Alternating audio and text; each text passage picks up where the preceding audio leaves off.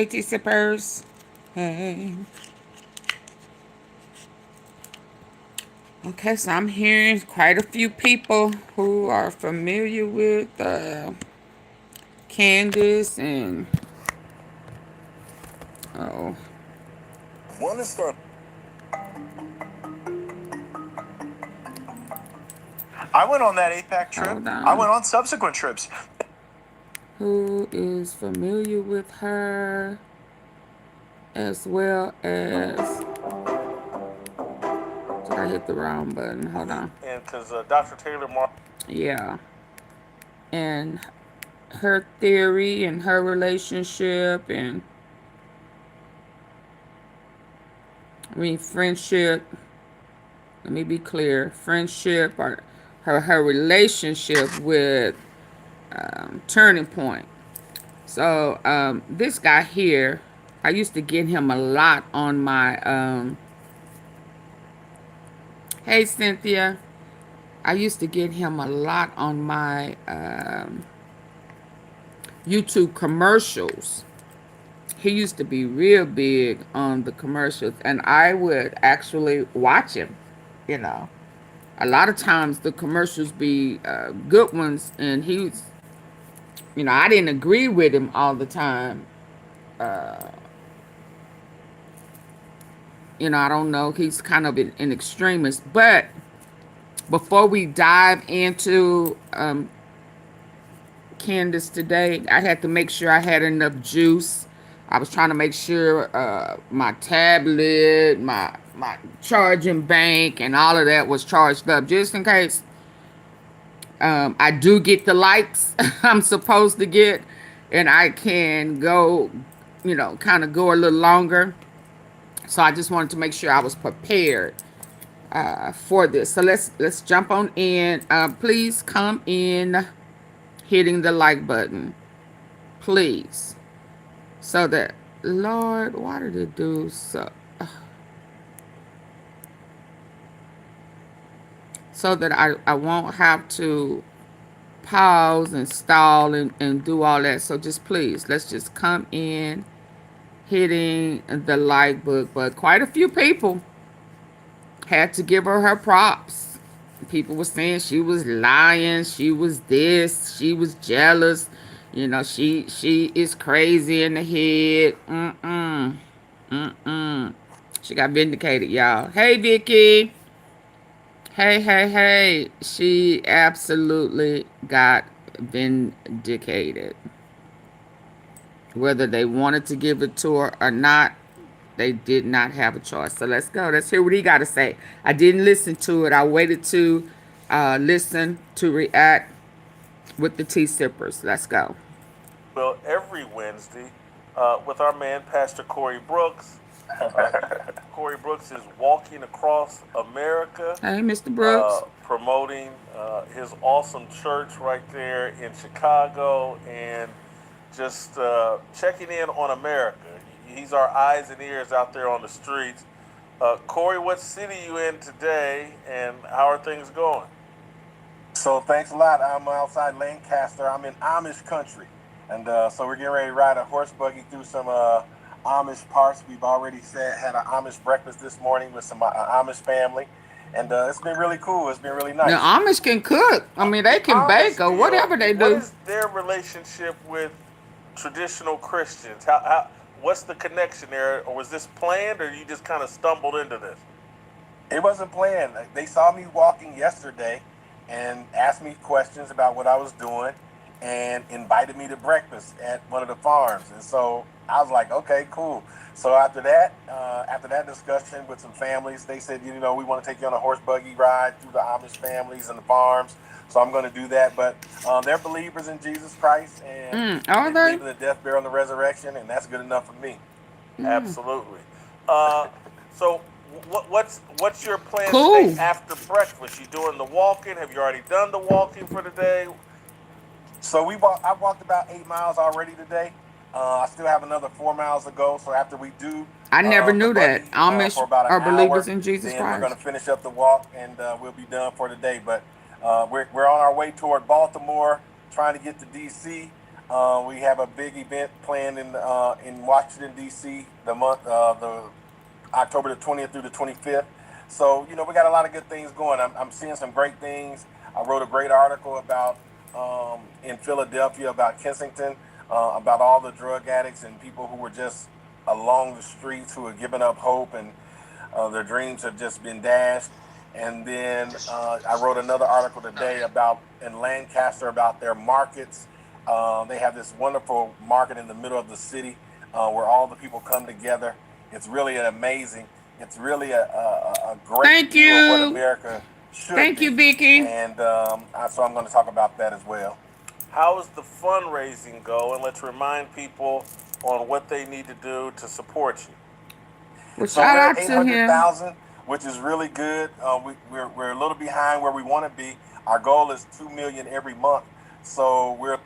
God bless you, sir. What if you were prepared for all those interview curveballs? I can't wait till it gets down to my neck of the woods here in Tennessee. I'll put some miles on my feet. But I want to keep it moving, and because Dr. Taylor Marshall has made some time for us today, and I really, really appreciate it because he can help me unpack some of this story as it relates to Charlie Kirk and TPUSA and Candace Owens. I just completed a show, Taylor, where I talked a lot about Candace Owens and my support of Candace Owens. Okay. She's right in the middle of a fire. She's a lightning rod. And I believe she's a lightning rod because she is sincerely on a hunt for truth. Have you been following any of this? Y'all, please get the likes back and up. forth and controversy as it relates to Vicky, don't. Candace Thank you, and Charlie Vicky. Kirk and TPUSA? Yes, I have. Ever since the assassination of Charlie, there's just been a lot of confusion. From that older boomer man who said that he did it, and then all the she's right in the middle of a fire. She's a lightning rod, and I believe she's a lightning rod because where I talked a lot about Candace Owens and my support of Candace Owens. She's right in the middle of a fire. She's a lightning rod. And I believe she's a lightning rod because she is sincerely on a hunt for truth.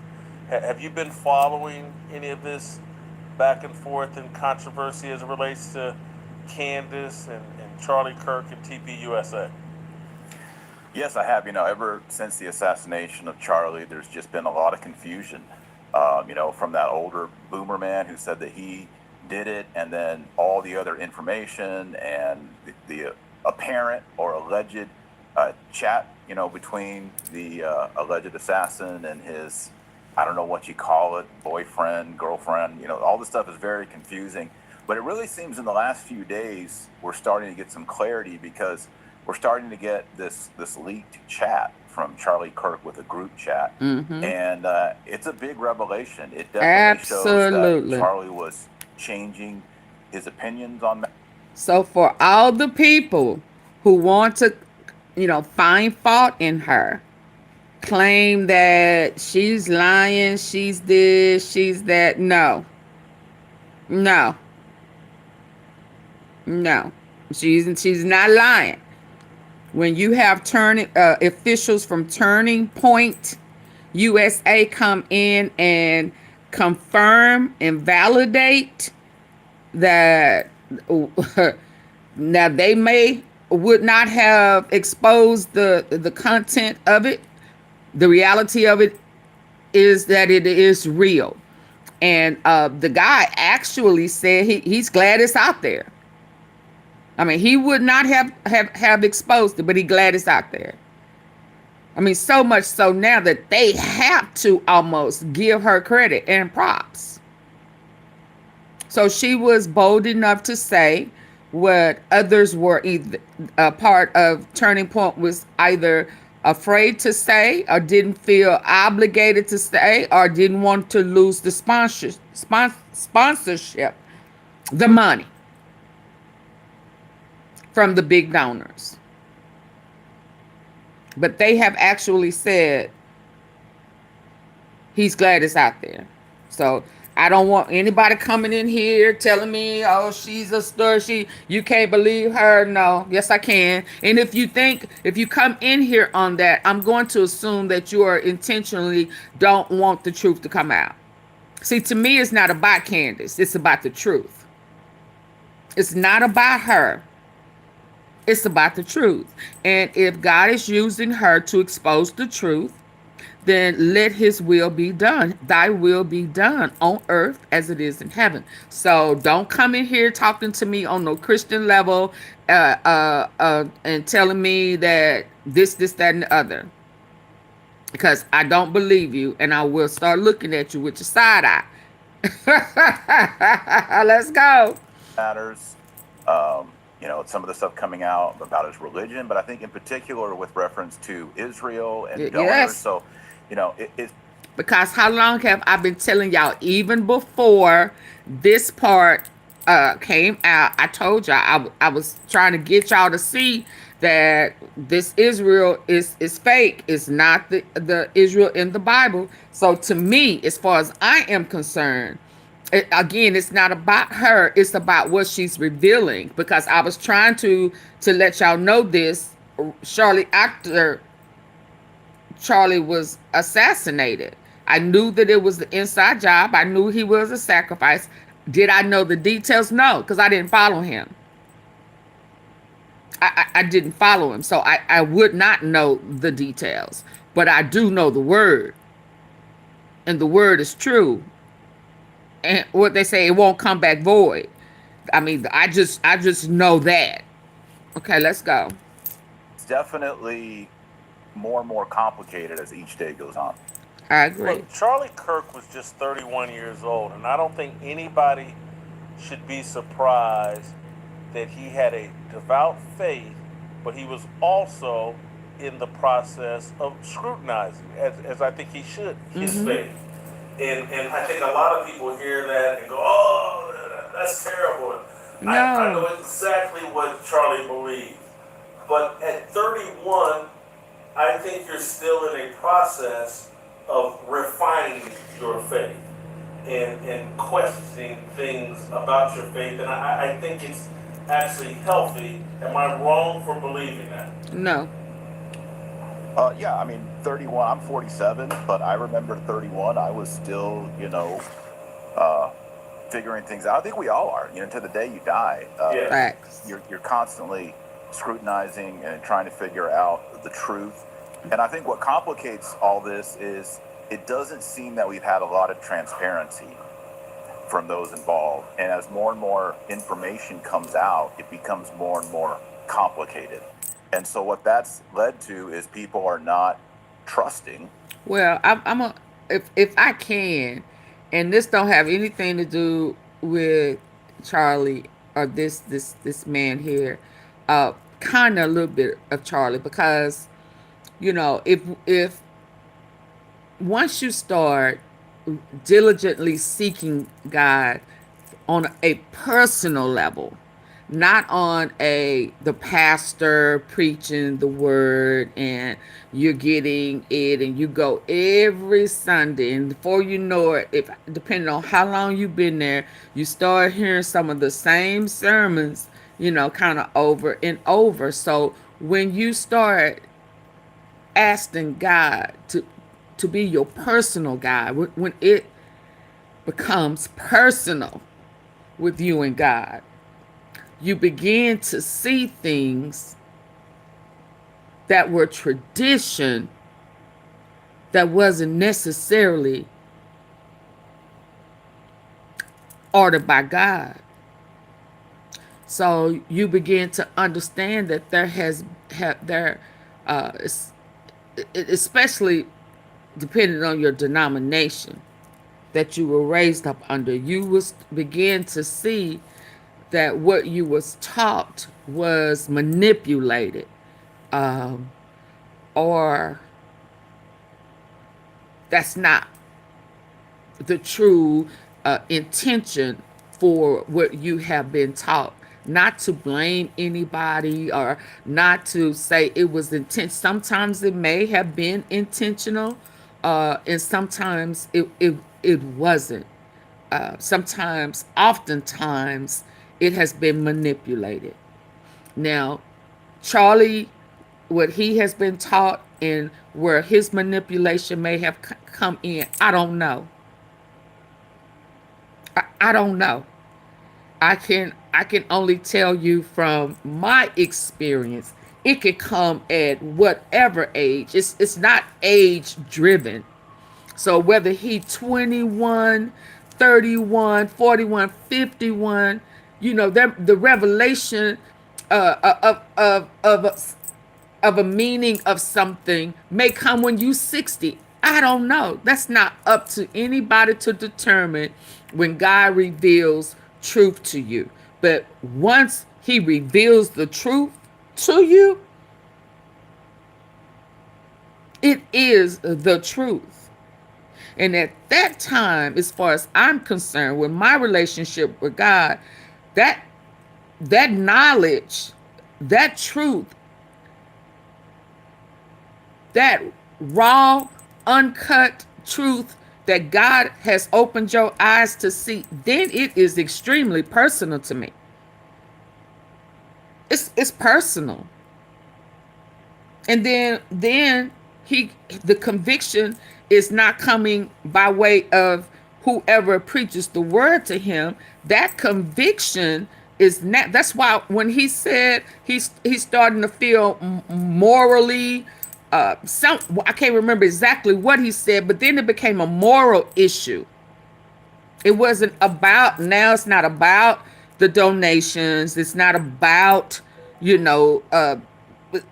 following behind Donald Trump and BB and traveling and doing all of these things and being a spokesperson and winning it's not about that. Now it becomes between me and God.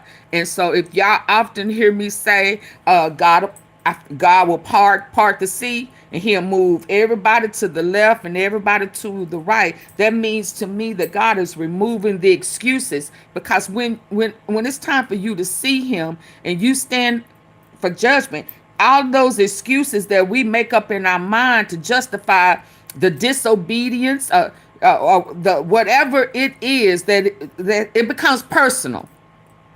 It becomes between you and God, and he moves everything and everybody. He parts the sea, and it's between you and God. And I think that's what was going on with Charlie.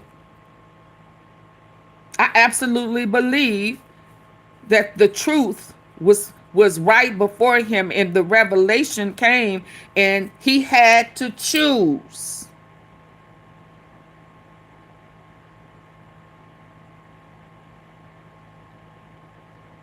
See, people say we have a choice. We have a choice. Lord, y'all say, okay, if you say so, I don't.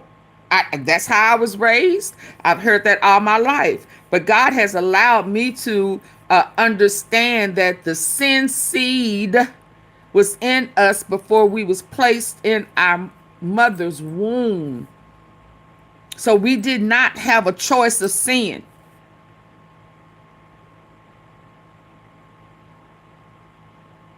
Now, I know it's hard for people to grab that,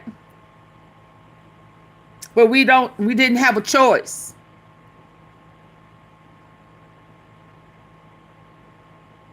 And every road we take, every road, good, bad, or indifferent, God already knows.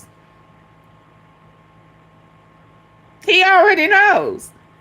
And for whatever reason, he needed us to go down some of the roads that we went down. And we have to accept that. But there is a relationship between you and God. And he expects for you to choose him. Because if you don't choose him, you choosing the devil.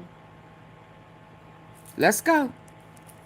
So I do believe that spiritual weight was on him because God revealed some things to him.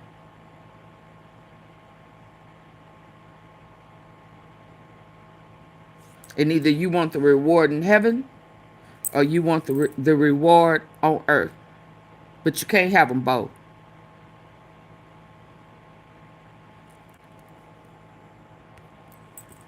The the information they get. And, you know, the United States of America, let's be honest, hasn't always been for, with coming out with the facts. Like Let me back it up a little, just in case you forgot. It doesn't seem that we've had a lot of transparency from those involved. And as more and more information comes out, it becomes more and more complicated.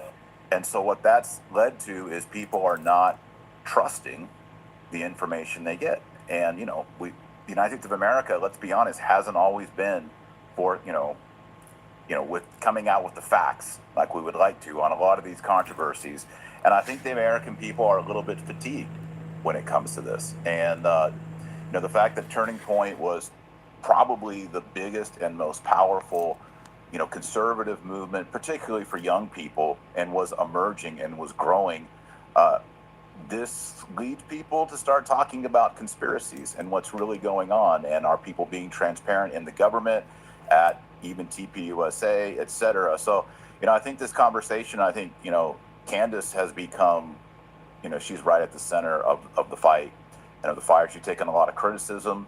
A lot of people are, especially I think with this new text that's been released, that she released, I think people are now kind of looking back at it and saying, well, maybe there's more to this, and let's get to the truth. I think everybody wants the truth. Everybody wants to know, why did Charlie Kirk die?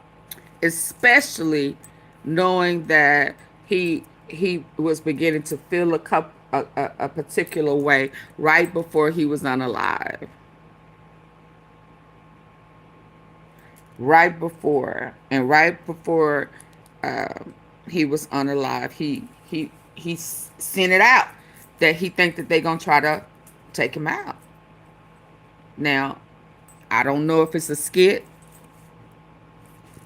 I'm gonna be honest. I don't know quite right now if it's a skit or not.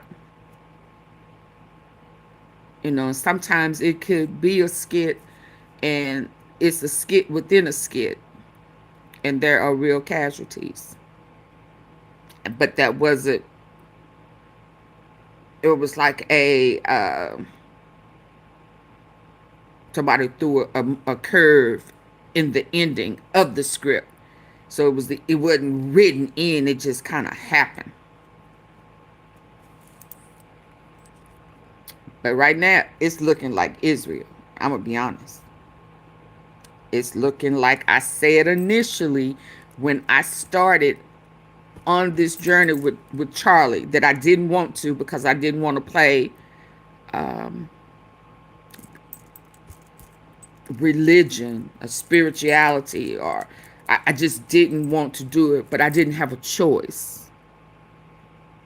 I know I say we think we have choices, but this had to have already been predestined.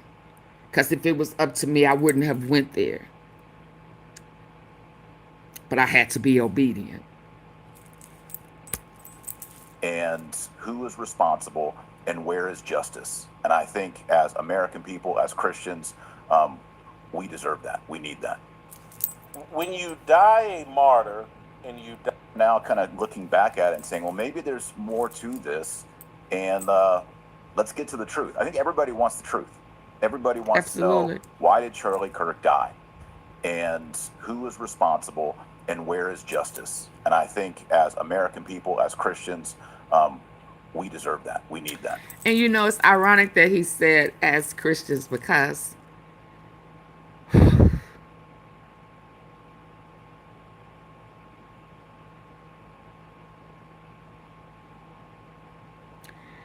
it don't matter to me if I agree with everything this young man said. I didn't know him. I didn't follow him. So it didn't matter to me. But he came across with this Christian boldness, and his talk and his walk didn't match. So as a Christian, it don't matter to me that I felt like he was contrary. I still want the truth to come out for him. I still want him to get justice. I still want what God would want for him. It don't matter Left, right, front, back. I keep trying to get that point across. That's the love of God.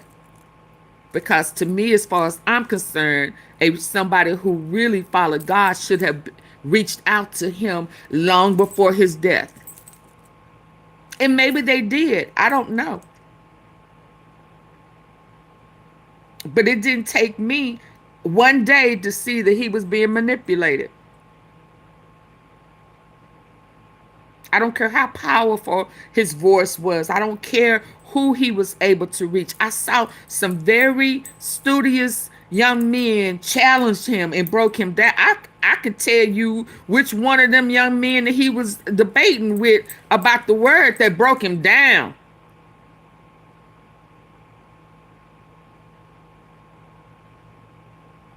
But that's what we're supposed to do as Christians. So it don't matter to me. None of that other stuff. I understand what he said. Yes, yes, yes. But will God forgive him? Yes. Is justice, regardless if people say and do whatever they do that you don't appreciate, do you still? I'm not gonna say, oh well, that's what he get. He shouldn't have said what he said. Because that ain't God.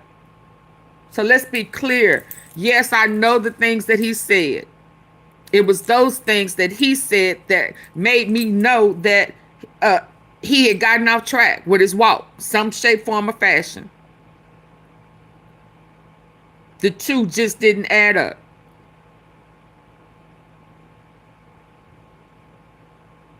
So then I had to then look to see who would benefit from manipulating him. And then it didn't take long for me to get my answer. Let's go. When you die a martyr and you Hey, die Pamela. that young, I think it elevates you, and so people are kind of wrestling over Charlie's legacy, and they want to use his legacy and his memory to promote their worldview, their religious faith, whatever. And so we've seen a controversy about, was Charlie thinking about being a Catholic? Was Charlie having second thoughts about this or that? And people taking really strident opinions on that. Taylor, did you know Charlie? Did you have any conversations with Charlie about faith? Hold on, y'all. If you're happy and you know it, clap your hands. If you're happy and you know. I did know Charlie. We collaborated. Oh. We met. I wouldn't say we were friends. I mean, we exchanged some texts and we've been on, podcasts together. But he and I did talk about Catholicism, and he was certainly open to it, interested in it from my personal experience with him.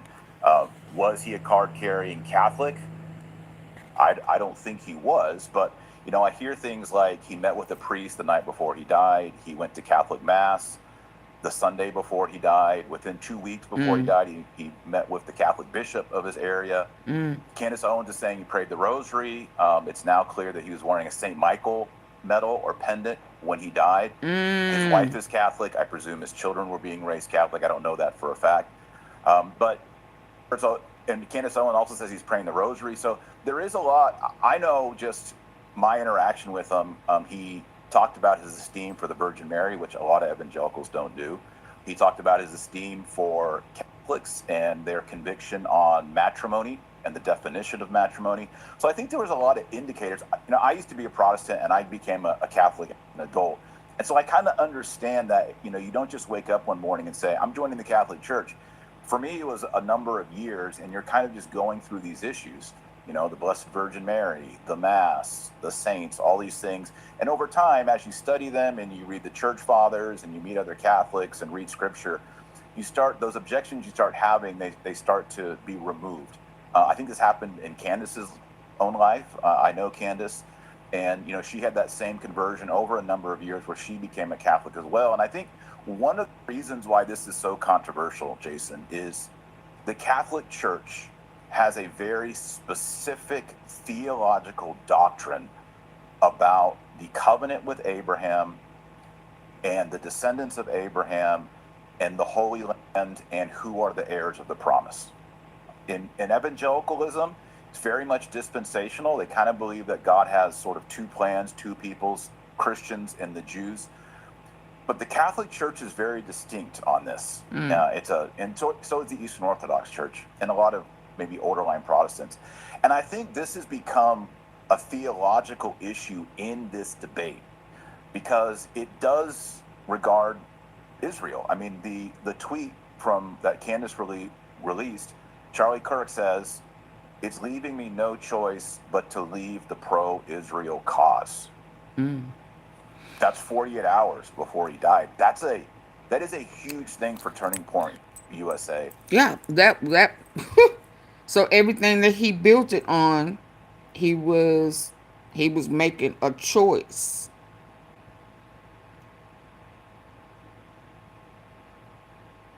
And he was denouncing Israel and Bibi, and that would be Trump and everything that they have built. He was beginning to realize the foundation that he built on was a lie.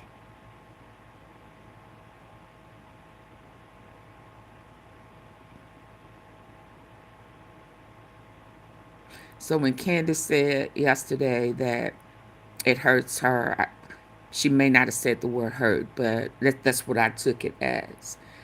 To know that the people that he loved didn't love him. It wasn't unconditional. It was business. And when he chose to, let's just say, since we're talking about business, let's just say he chose to work with the competitor. I mean, because it's God or the devil. It's good or bad. It's a lie or the truth. I mean, I've been telling y'all that the man, that Israel is not the biblical Israel, and it was built off from the Rothschilds. And I'm gonna be honest. Had he not passed away, I would not have done that type of research. I just wouldn't have. But once the truth is exposed, the truth is the truth. Which made me say, whoa, wait a minute. So they've been lying. Oh, whoa, whoa, whoa, whoa, whoa. So they're going to use our belief again. We done heard this man call out for the Christians. So the deception, the tricks of the devil, the play has already started, right? So then I had to get up and say, wait a minute. It's not very much I can do to change it, but I will be aware of what's going on. And I will spread the truth. Yeah, we're once the truth is known, we're not going to walk blindly. We will be able to make wise choices and move accordingly. Especially knowing that everything in the Bible has to come forth. And so then my mind started saying, okay, the mark of the beast. Whoa, they putting all this crazy stuff in our food. They injecting stuff and we don't know nothing about it. Oh, whoa, they coming out with new shots. It's like, whoa, you understand? Yeah. Yeah, so then I have to stop playing and stop, and got to get real serious, because it's real serious heaven and earth, God and the devil things going on. And I'm gonna just put it like that. Does regard spiritual warfare. Israel. I mean, the tweet from that Candace released. Please hit the like button, y'all. And a lot of maybe older line Protestants. And I think this has become a theological issue in this debate, because it does regard Israel. I mean, the tweet from that Candace released, Charlie Kirk says, It's leaving me no choice but to leave the pro-Israel cause. That's 48 hours before he died. That is a huge thing for Turning Point USA. And Candace also released other texts with Charlie about, Catholicism in Israel. And so, I don't want to offend people or get too much into that. I mean, I'd be happy to do that with you, but No. it really is a You theological. can't offend people on this show. You Okay. can only enlighten or challenge or Yeah. provoke thought, and I'm all for that. So Good. go ahead. Yeah, so I think, a big breaking moment in the last several months was when Tucker Carlson was interviewing Ted Cruz. And Ted Cruz says, look, I learned in Sunday school, if you bless Israel, you'll be blessed. If you curse Israel, you'll be cursed. And Tucker Carlson, pushed back on him on that. It's from Genesis chapter 12. But for Christians, historically, and for Catholics, and for Eastern Orthodox, we interpret that through the lens of a book of the New Testament called Galatians. Galatians is perhaps the oldest book in the New Testament. It's written by St. Paul. And in Galatians 3:16, Paul says that God made the covenant with Abraham and his seed, singular. Paul makes a point, singular, not plural. And Paul says, what did God mean when he made a covenant with Abraham and his seed, single? He said that singular seed is Jesus Christ. That is, the blessings of the covenant, everything that God promised to Abraham is fulfilled, not in the seeds, the descendants, but in the one seed, Jesus Christ. That's Galatians 3:16. And so we see there that the promises to Abraham are fulfilled not in the multiplicity of the descendants of Abraham. That would include Esau, it would include Arabs, it would include Jews, Israelites, but it's ultimately fulfilled in Jesus Christ, singular. That's a very important distinction. So what it really means is that if you bless Jesus, you'll be blessed. If you curse Jesus, you'll be cursed. That's the argument in Galatians 3:16 by St. Paul. It kind of puts a whole different take on it, and it's right there in the New Testament. And then Paul goes one further at Galatians 3:29, where he says, if you are in Christ, you are heirs of the promise of Abraham. In other words, you receive the blessings if you are in Christ, because Christ is the one seed, he's the beneficiary of the promise to Abraham. So now we see that if you bless Christ, you are blessed. If you curse Christ, you are cursed. And then those who are in Christ, which are believers in Jesus Christ, that the blessings apply to them and the curses apply to them as well. Now, if you take that teaching of St. Paul in Galatians chapter 3, and I encourage everyone watching, get your Bible out, read Galatians chapter 3 and read it very slowly. If you read that, you begin to see that Benjamin Netanyahu is not one of the heirs of promise. As a director of finance, I'm managing 15 and 20 contracts a month. With Acrobat AI Assistant, I can summarize long contracts and identify key terms instantly. AI Assistant helps me compare two different versions of the same document for key changes. It makes me feel very confident that nothing's missing and everything's accurate. With AI Assistant, we're able to focus on what really matters. Growing our business and finding new ways to reach soccer fans. Sorry. He's not in Christ. He's not in, and that would include Esau, it would include Arabs, it would include Jews, Israelites, but it's ultimately fulfilled in point, singular, not plural. And Paul says, what did God mean when he made a covenant with Abraham and his seed? Single. He said that singular seed is Jesus Christ. That is, the blessings of the covenant, everything that God promised to Abraham is fulfilled, not in the seeds, the descendants, but in the one seed, Jesus Christ. That's Galatians 3:16. And so we see there that the promises to Abraham are fulfilled not in the multiplicity of the descendants of Abraham. That would include Esau, it would include Arabs, it would include Jews, Israelites, but it's ultimately fulfilled in Jesus Christ, singular. That's a very important distinction. So what it really means is that if you bless Jesus, you'll be blessed. If you curse Jesus, you'll be cursed. That's the argument in Galatians 3:16. It kind of puts a whole different take on it, and it's right there in the New Testament. And then Paul goes one further at Galatians 3:29, where he says, if you are in Christ, you are heirs of the promise of Abraham. In other words, you receive the blessings if you are in Christ, because Christ is the one seed, he's the beneficiary of the promise to Abraham.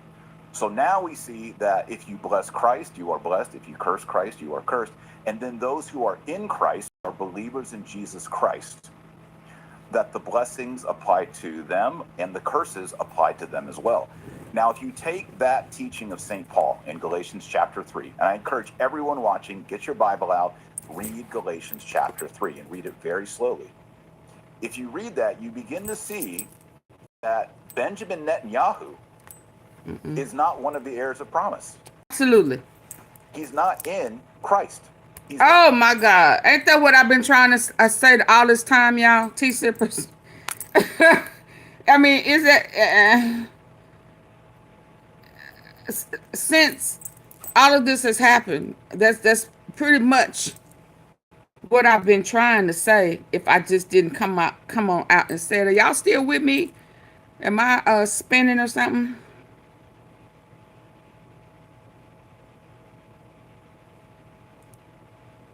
Can y'all still hear me?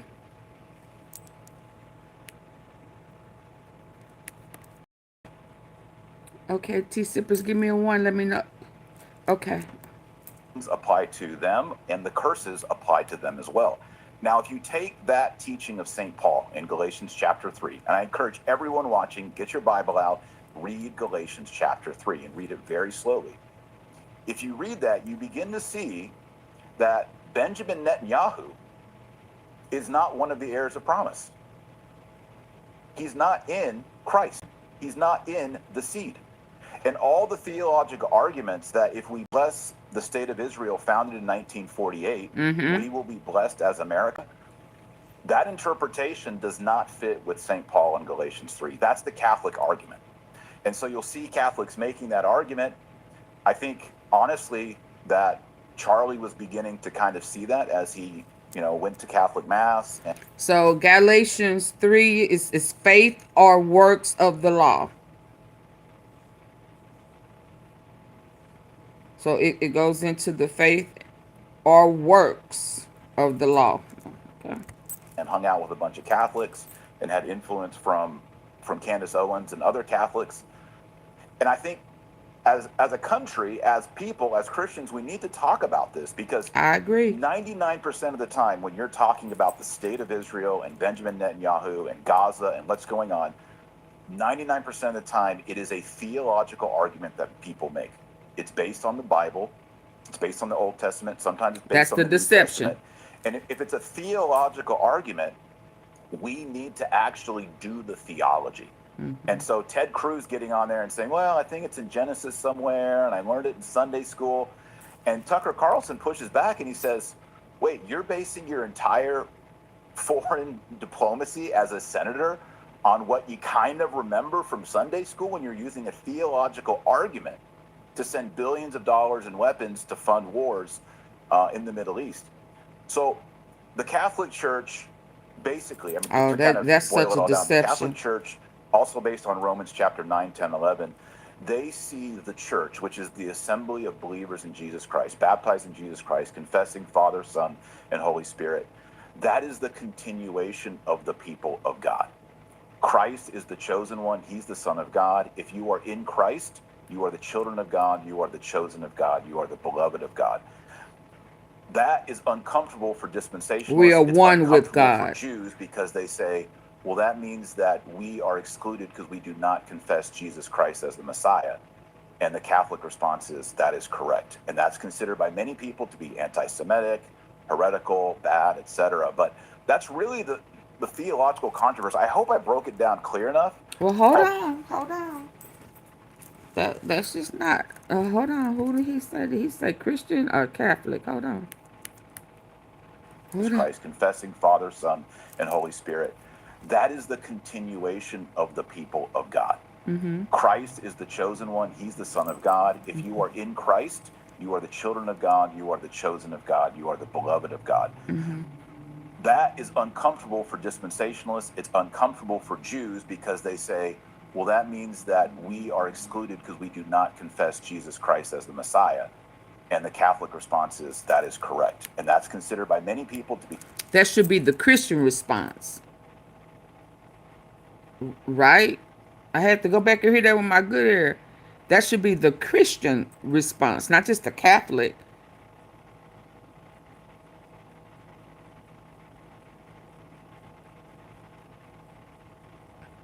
I mean,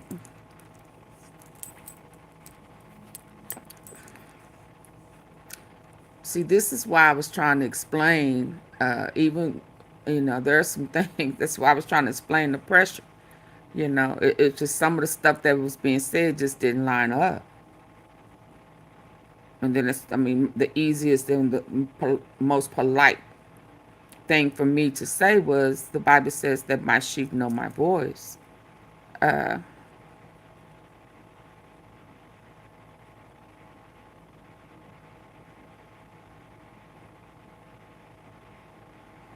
She was, Antonio, I don't know where you been. She was very much accepted with Mega until she started doing her own research and it didn't line up with the word. It don't mean black, white, green. It doesn't matter. When people were believing that it was lined up with the word and BB not Numi was true, but then there's genocide with Gaza. It's people, man, saying that, he's a firm believer and a strong believer in Jesus Christ, but he don't believe in empathy. That's an excuse. I mean, right there. So, see, people want to make it, again, left, right, black, white, and God's word is colorblind. So miss me with your sarcasm, especially when we're talking about Christ. See, to me, that's being used by the devil for you to come in and try to downplay the truth. So I'm gonna go ahead and remove you today. Next time you come over here and we're talking about Christ, you come correct, or just stay quiet. You don't have to say anything. So come back tomorrow on the right note. Yeah, the devil is a lie and the truth ain't in you. And I'm not going to play with you today because the truth is being told. So, sir, I hear you. That's just not a Catholic thing. I don't know if you don't know that, but that's what we should, all Christians should believe. You can't deny Jesus Christ. You just can't. It's a Trinity. It's the Father, the Son, and the Holy Spirit. That you can't get to one without the other. It's a Trinity. In Christ, you are the children of God. You are the chosen of God. You are the beloved of God. That is uncomfortable for dispensationalists. It's uncomfortable for Jews because they say, well, that means that we are excluded because we do not confess Jesus Christ as the Messiah. And the Catholic response is, that is correct. And that's considered. It is correct, but maybe I would say now that's between you and God. And if you need to fine tune it, you need to reach out to God and ask God to connect it all for you, whatever you're missing, because you can't have one without the other. And whatever that means to you, you take that up with God. I mean, nobody else on earth can fix it for you. It's personal between you and God. Considered by many people to be anti-Semitic, heretical, bad, etc. But that's really the theological controversy. I hope I broke it down clear enough. Oh yeah, you was perfect for me. A baby could understand what you're saying. Absolutely. But some people act like they don't want to get it. Very far from the Bible. I mean, you got to be an idiot not to understand what you're saying. Holy yeah. So I've heard it broken down, but not. I'm a baby, so I need it broken down for baby's ears. If you've just done that, that's fascinating, interesting. I would, you know who Virgil Walker is? He comes on the show. Sure. Yeah. Yeah. Virgil just texted me that like, hey, Slow down. Oh yeah, that was Too it. fast, Trevor. Too fast. That was it. He made it clear. Anybody else needed that breakdown? Cause that's exactly. I know what I'm doing, Mom. But I don't think you it's drive just the Yeah, Catholic. I'm a little freaked out. That's just being a Christian. Oh, Taylor's right here. He's 100% correct. So I don't, you know, and Virgil's not a Catholic. So I'm not sure if all Protestants disagree with your position. I certainly don't. Historically, all the Protestants would have held this view. We're talking about Methodists, Presbyterians, Episcopalians, Lutherans. That has been the received tradition in Christendom since AD 33 until probably around the mid 1800s. There was a guy named Darby. He was in England, and he created this idea that the Jewish people, that God still has his main plan with the Jewish people. And then there was a guy named Schofield who wrote the Schofield Bible around the year 1900. It was extremely popular in the United States, and it also promoted the dispensationalist theology. But Protestants really didn't latch onto it until after World War II, when the state of Israel was established. And at that point, people said, oh, this is prophetic. This has to be somewhere written in the Bible. This is a prophecy. And so you see a lot of Protestant groups, some Southern Baptists, a lot of the Charismatics, Assembly of God, a lot of the televangelists that were on TV, they gravitated towards this theology. And it became, if you bless the 1948 state of Israel, you will be blessed. But I really don't see how you can read Genesis 12 or Genesis 15 or Galatians 3 or Romans 10, 9, 11 and make the conclusion that the 1948 state of Israel is biblical Israel and that that's God's chosen people, when for 2,000 years the idea is the seed of Abraham is the beneficiary of Abraham's covenant. And Paul says it's singular, not plural. It's Jesus Christ. And those who are in Jesus Christ receive the blessings. So I think it's pretty straightforward. It's surprising that in 2025, people can't seem to understand this very clear argument by St. Paul in Galatians. But I think more and more people... Galatians 3 teaches that salvation and being a child of God comes through faith in Jesus Christ, not by following the Mosaic law. Paul argues that Abraham was righteous through his faith, and principles that apply to all people, Jewish and Gentiles alike, because no one can perfectly keep the law. Christ redeemed those who were under the curse by becoming a curse himself, allowing believers to receive the promised Holy Spirit through faith in him. People are. And, that doesn't mean that you have to hate people. You have to do violence to them. You have to belittle them. But you do need to understand that ultimately God's plan is not about a piece of land. God's plan is not about a small nation of people. It included a land and it included a people. But if that were the end of religion, if that was what God revealed, that would be a very peculiar theology or end game for God. Ultimately, as God says to Abraham, I'm through you, Abraham, I am going to bless all the nations of the earth. So the idea, and that's one of the things Christ preached against. He said, you rabbis, you scribes, you're restricting everything to yourself, and everything is going to go to the nations. God cares about all nations, all people, all tongues, all races. Everybody is invited to heaven. He mentioned the tongues. That came up the other day almost, I think when it first started happening.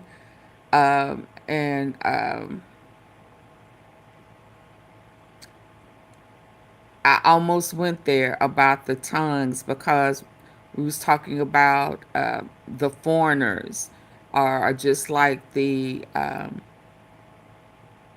immigrants. They're the same. And and God bless the foreigners so much. And where I was going to go the other day, so much so that he blessed believers with the gift of speaking in an unknown tongue. But I didn't want to have that conversation about what the unknown tongue, speaking in tongues, was created for, what the gift was given unto the believers for. It was because the foreigners would come into the synagogue and they would speak of an unknown tongue, and he wanted his word, his truth, to go out to, even to the foreigners. So he had to bless someone that did not normally speak that tongue to be able to speak to the foreigners in a foreign tongue so that they may have the opportunity to come to Christ. Now, I know good and dang well that's not what we were taught that speaking in an unknown tongue was for. But let me tell y'all something. The day me and an ex-boyfriend, it was more than just a day. That was one of the hardest traditions being raised in a Pentecostal church. For me, although the truth was staring me in my face about what tongues was, the gift of speaking in tongues was for, the truth was right there, and it was hard for me to touch it. It was hard for me to touch it. It was hard for me to touch it. And he was like, it's right there. Everything that you are saying is right there, but you just insist. You insist on not touching it. And Lord, he was absolutely right. Because that would mean to me that everything that I was raised on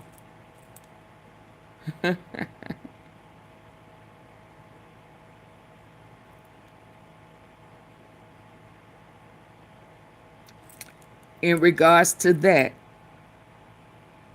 was a lie.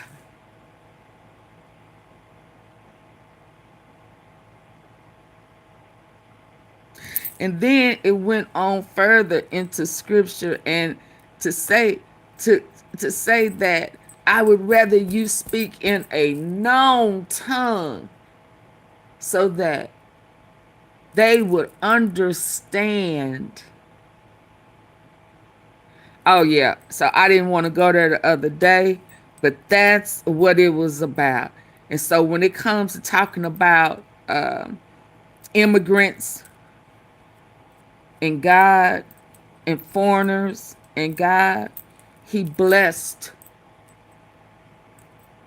foreigners that came into the synagogue the opportunity by giving someone to speak in their language so that they may understand the coming of Christ.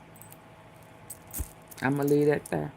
So that's how some of the reason how when they was talking about the foreigners and the immigrants, I'm like, that's not God.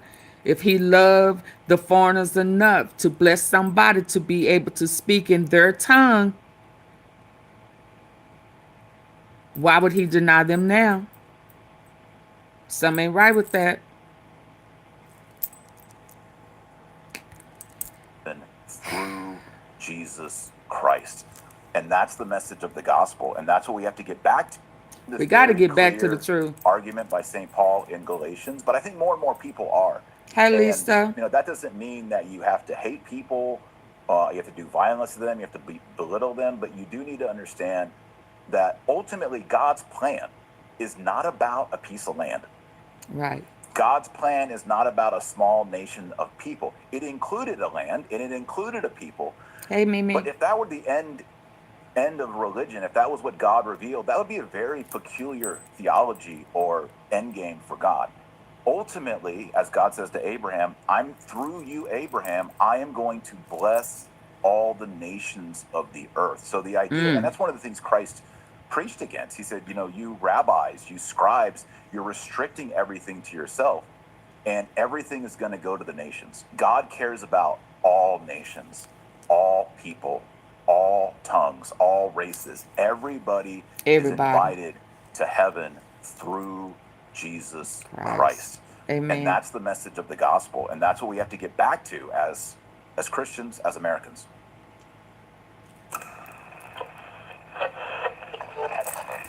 Bless you too. Hitler's twisting the truth beyond recognition. Taylor, I want to have you on more often, and I know that's going to make people upset with me, but I like people being upset with me. Taylor Marshall. Well, why would they be upset? Why are they upset, Jason? Taylor Marshall. I want to understand. I don't know who he is. They know what you're provoking in me, and I'm showing a lot of discipline by keeping my sense of humor and sarcasm in check, because it's like Genesis 12:3. I hear people, and it's like, hey man, he normally is sarcastic. You support any and everything. This is how it's interpreted. If you support any and everything that Israel does, we'll bless your bank account.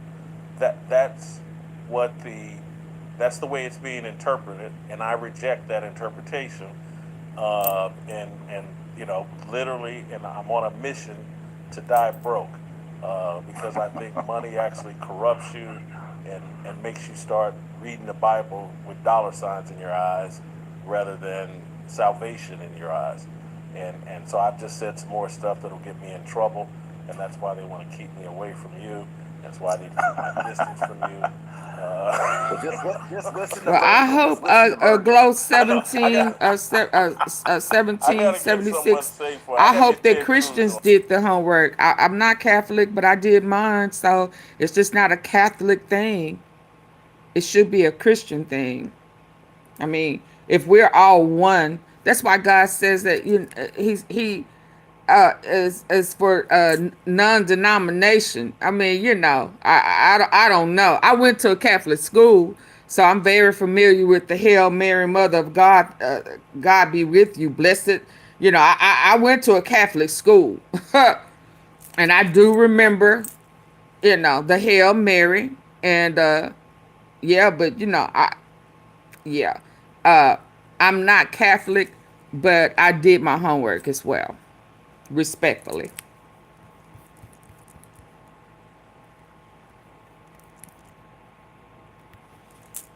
Because I think money actually. Yeah, I went to mass. And holy. I did all of that. Yeah. You can't miss me too much. Yeah. Rather than salvation in your eyes. And so I've just said some more stuff that'll get me in trouble. But I like him. It don't matter. You know what? It don't matter to me what a person is, as long as it is the Trinity. Everything else is between them and God.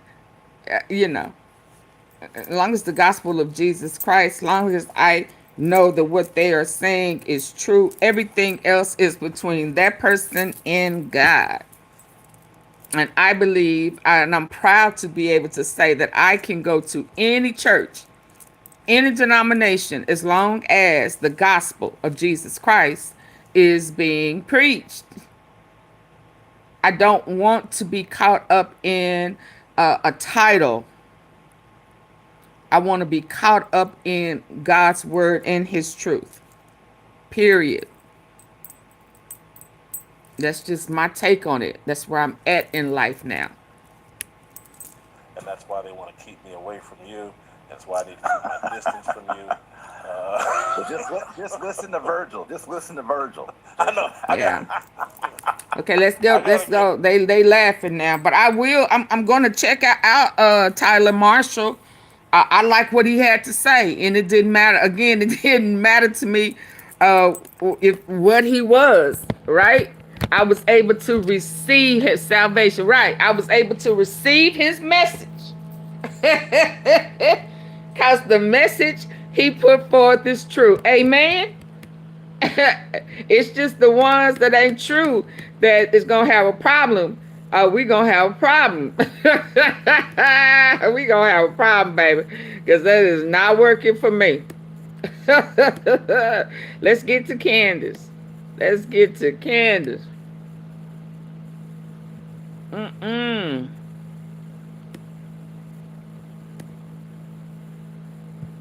I thought it was right here next. Let me go back.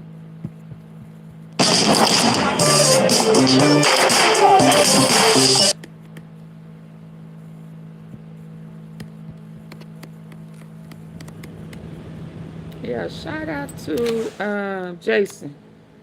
I'm glad I spotted it. I'm glad I deviated, because that was good. Now let's get to her. Happy Monday, everybody. Today we are going to... Shout out to you, Vicky. You got me keep moving.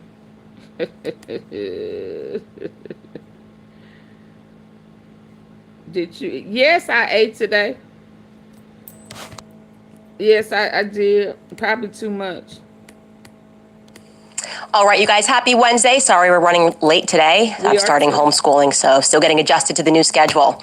Where should we begin? Okay, well, Josh Hammer, because that's certainly getting a little more interesting, maybe a bit darker than we had anticipated, because just 16 hours before Charlie Kirk was assassinated, he mysteriously retweeted a 2013 tweet from Donald Trump calling for public executions. Now, I have tried, and I don't feel that there is any way that I can confidently explain to you guys why he tweeted that, least of all in the context of him having already admitted that he and a rabbi in Israel had a long talk with Charlie the night before he died, something he was very proud of.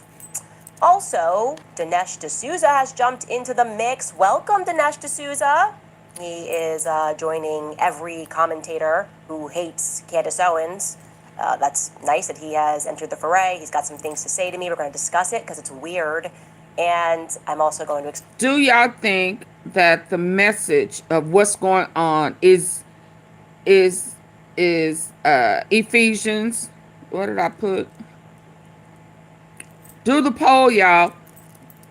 I think I got the Galatians. It's reminding me, it's very symbolic to me of Ephesians. Explain to you why, Ephesians 5, formally, at least, why I decided to activate an effective kill switch. I want you guys to pay attention because this is really important. Welcome back to Candace.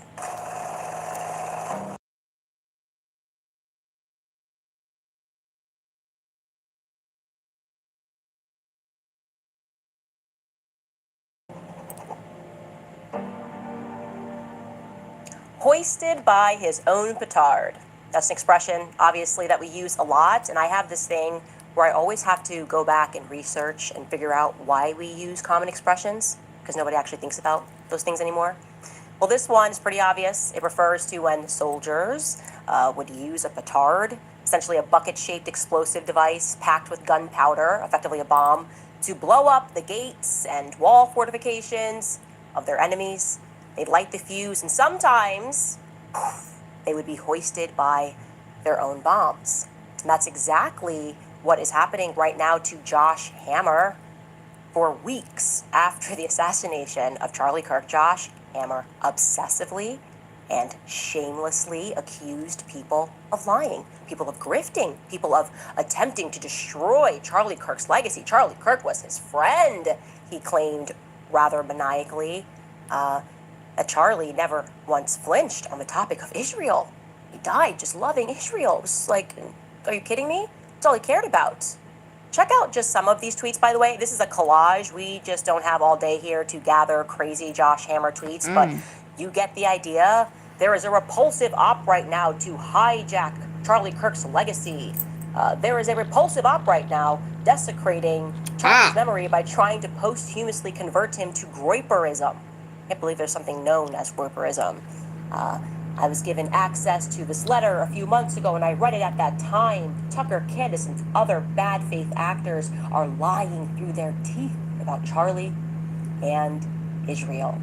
Candace Owens and other grifters, you get that back up for a quick second. Candace Owens and other grifters are trying to posthumously rewrite and hijack the legacy of the great Charlie Kirk to further their patently evil ends. There has been a repulsive op. The reality is simple. Charlie was a bridge. Like, it's weird that he keeps repeating that sentence. Like I said, maniacal, obsessed. And, of course, in the comfort of his own derangement and with the full support of the press and the silence of Charlie's other quote-unquote friends, Josh was really acting the part of a true Pharisee. He was certain that the truth would not rise again. He was so confident that he had killed it and that he could himself hijack the legacy of Charlie Kirk. Except the truth did kind of rise again. It kind of always does rise again. And the world now knows that Josh Hammer had personal, intimate knowledge that Charlie's views were changing. He lied about the Hamptons meeting. I've told you the truth from day one. Seth Dillon and Josh were personally upset with Charlie's defiance against the state of Israel. Seth Dillon was the more vocal of the two parties in the Hamptons. So he knew before he was assassinated that his views was changing. And he's intentionally lying about the truth and then lying on the people who is telling the truth. Double, triple deceptive. Just deceptive on purpose.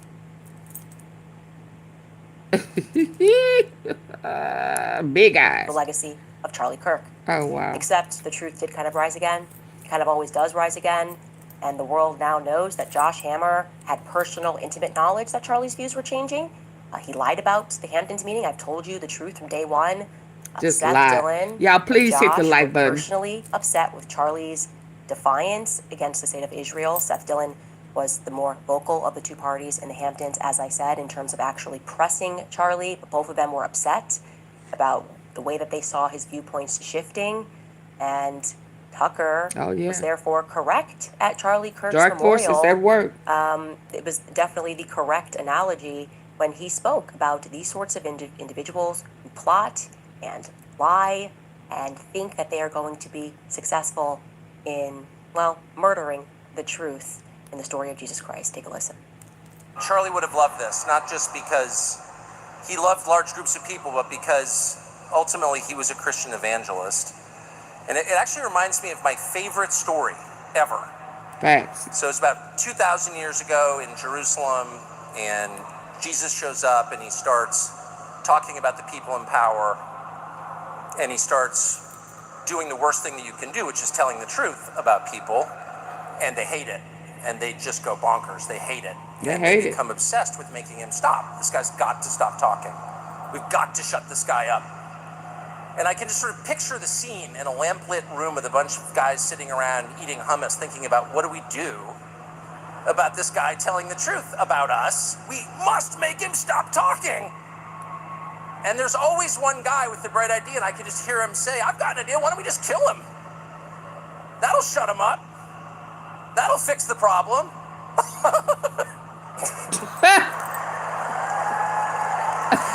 It doesn't work that way. Nope. It doesn't work that way. Everything is inverted, and the Beatitudes tell it, I think, the most crisply. Everything is sort of the opposite of what you think it's going to be. Oh, wow. That is a fact. And it will always be the opposite of what you think it's going to be when you are attacking people who are telling the truth. Right. And the truth is that it is now an established fact, like I said, that Josh Hammer knew that Charlie Kirk's perspectives on Israel were changing. And since that announcement, Twitter users pointed out a very strange tweet that Josh Hammer hit send on 16 hours before Charlie Kirk was assassinated. For no apparent reason at all, he retweeted something that President Donald Trump had sent a full 12 years ago about public executions. Here it is. Here is that retweet. Trump wrote on April 19th, 2013, should be public execution for all to see. You will end this bull fast. And Josh Hammer just replies and says, based, you can see. We are in Central Time, so that's about 9:05 p.m. Eastern Time. Now, what is the justification for this? There might be one. I tried in earnest to at first rationalize it, right? What could have been going on that Josh Hammer decided to dig through the 2013 Twitter archives and retweet someone calling for a public execution. Well, I'll let one of the many Zionist PR agents explain it first. Yashar Ali, who, like I said, is quite literally paid to do PR for Zionists. I know this personally, on the right and on the left. Tried to explain it away by kind of lying, I would say. He tried to claim definitively that Josh was referring to the criminal who horrifically murdered the Ukrainian refugee, Irina Zarutska, in North Carolina. That was obviously a big story in the beginning of September. Yashar Ali wrote this. Last night, Candace Owens tweeted notorious neo-Nazi Sam Parker, who pointed out that Josh Hammer, who is Jewish and was a friend of Charlie Kirk's, elevated a Trump tweet from 2013 the day before, which called for public executions. Candace, of course, would like people to believe that Josh's quote tweet is suspicious in the context of the assassination of Charlie Kirk. But Josh was just sharing what many conservatives were sharing and stating the day before. That's because they were talking about the horrific murder of Irina Zarutska. This is where I say that no civilized nation uses the death penalty, in parentheses, referring to his own thoughts. Now, another user then jumped on that and tried to establish a non-fact that the footage of Irina's murder was released on that day, on the 9th, and that's why Josh tweeted that. All of this is factually untrue, okay? Irina was murdered on August 22nd.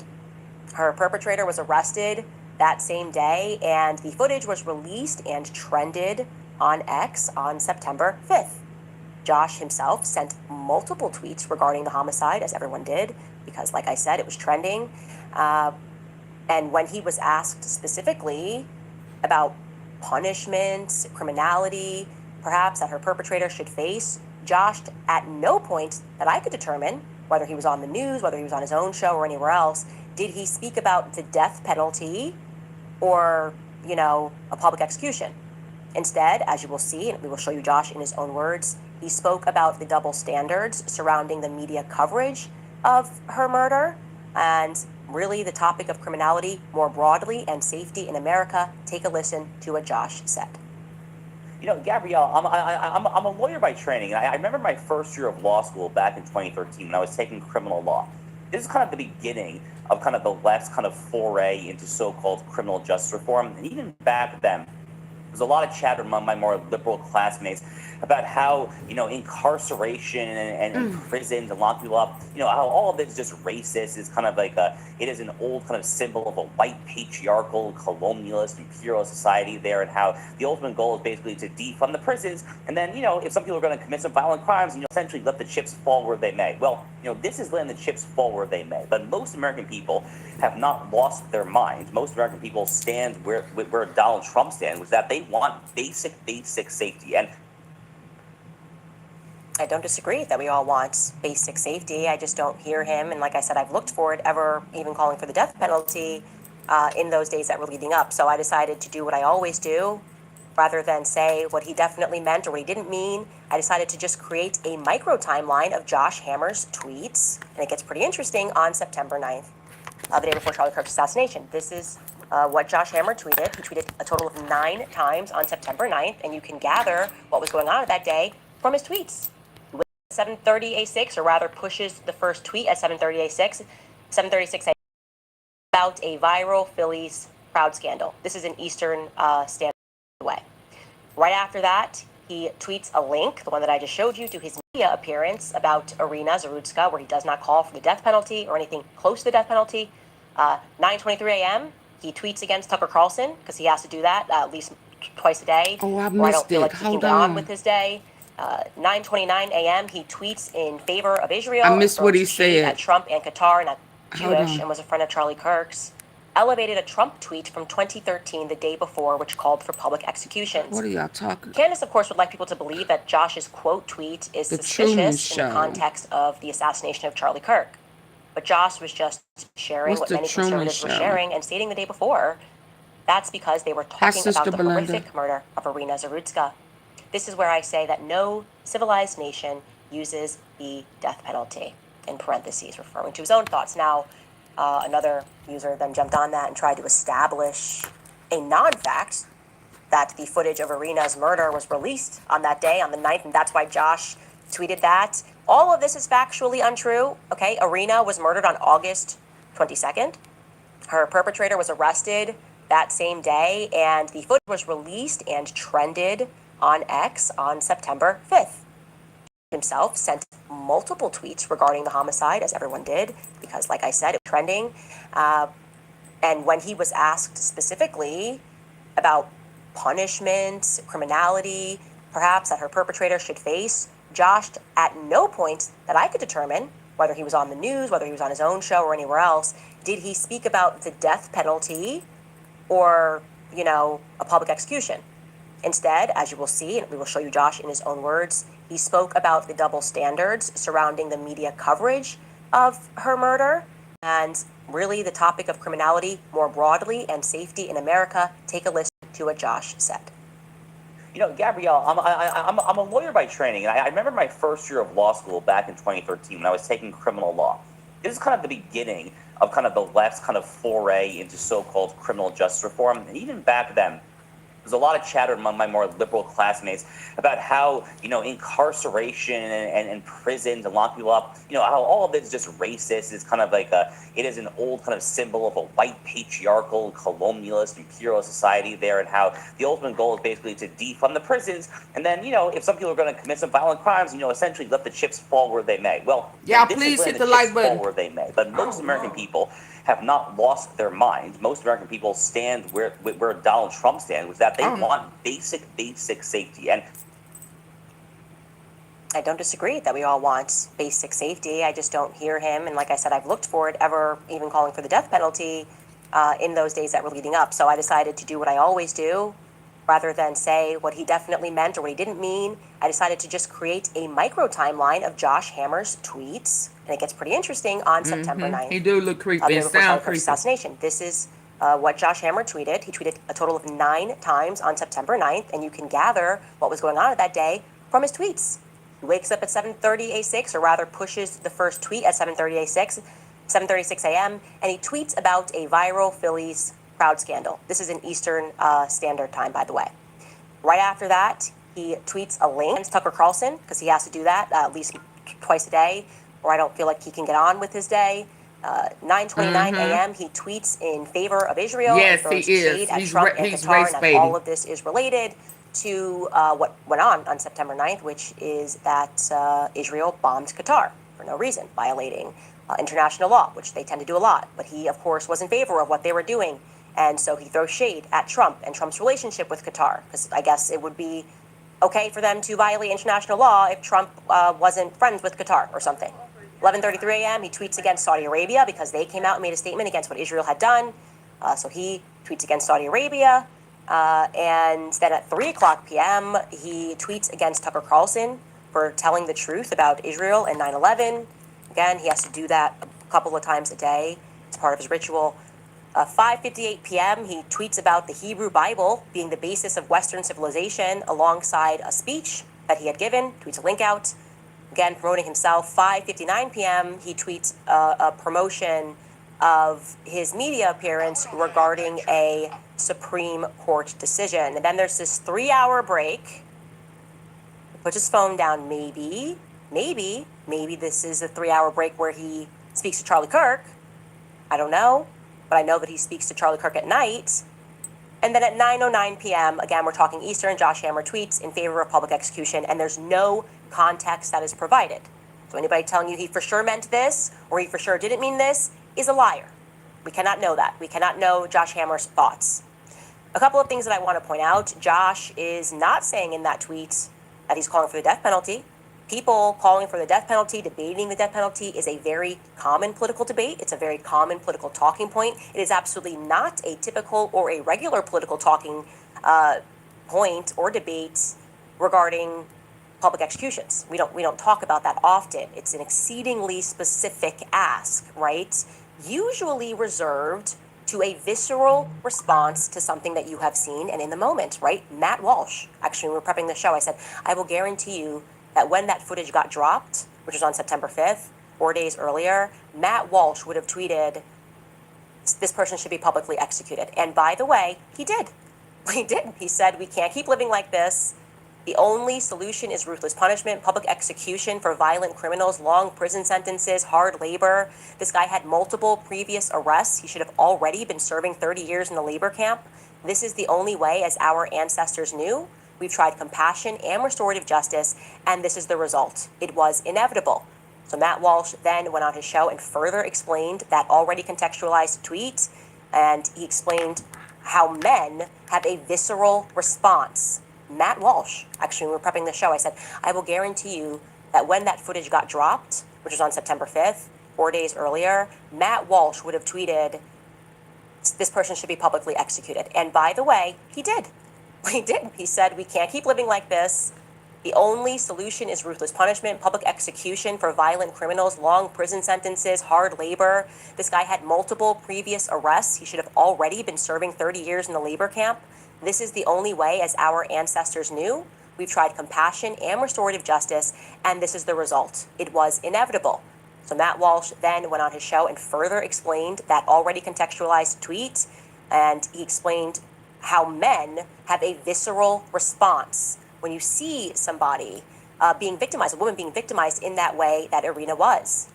So we decided, for good measure, that we should check to see if maybe it was something regular that Josh Hammer also spoke about, which is public executions. And I can tell you that it is not something that Josh Hammer regularly tweets about or discusses. The first time that he tweeted about a public execution was back in 2013. And he said it in reference, in 2022, and he said it in reference to the Boston Marathon bombing terrorist account. The Uvalde shooter. The Uvalde shooter is apparently dead, but just as with the Buffalo shooter, this level of pure evil would have been another ideal time for a public execution. So, to be clear, that makes sense, right?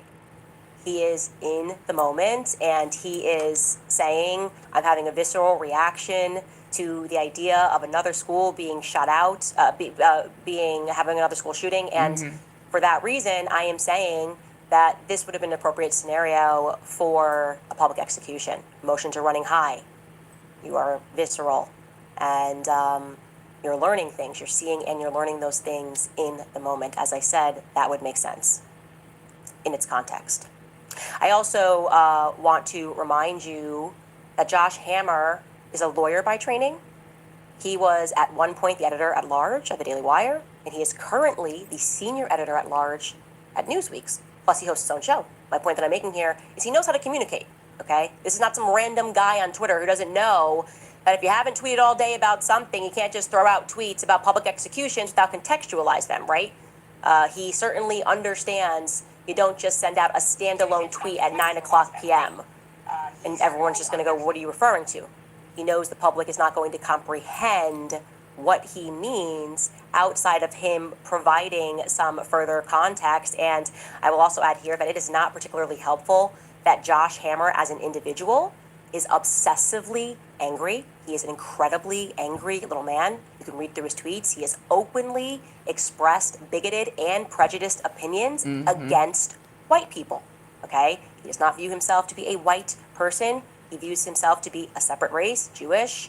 That is a fact, and it wasn't a long time ago. We don't have to go back to 2013 to hear his ideas on that. Here is a tweet from him in 2019 that he then erased regarding white people. Here's what he said.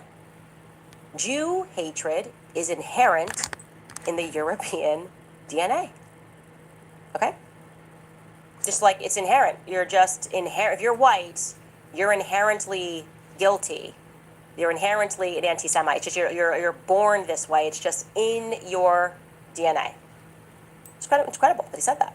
And in response, we were told that he meant it metaphorically, which kind of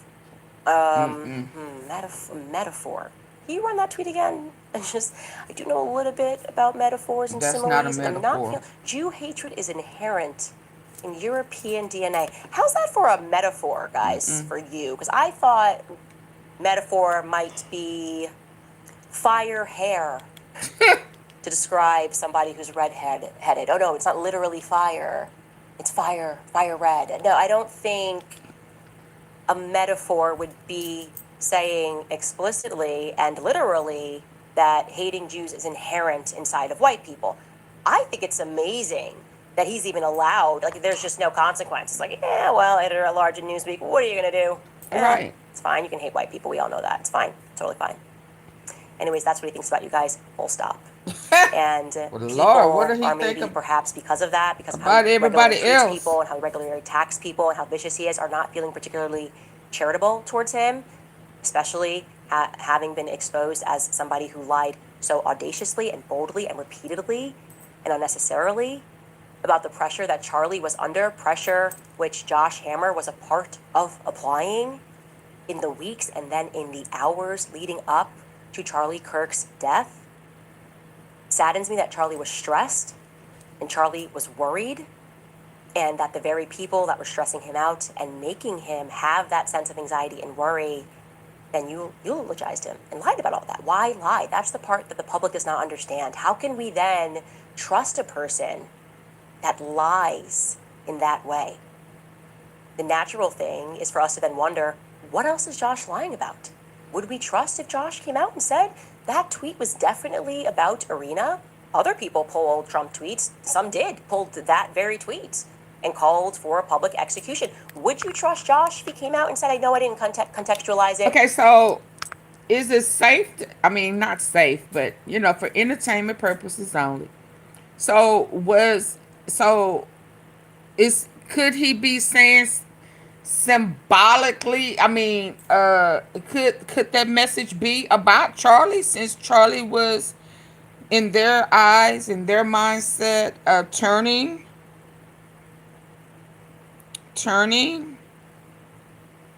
inherently don't trust anyone? You right, Lisa. I mean, could it have been symbolic? Well, he said metaphor.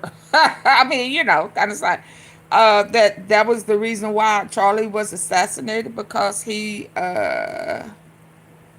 was turning. I mean, no. I mean, okay. I'm just trying to understand, because it sounds like to me that old boy Josh was okay with the execution of Charlie, and he is just going along with the facade, you know, but indirectly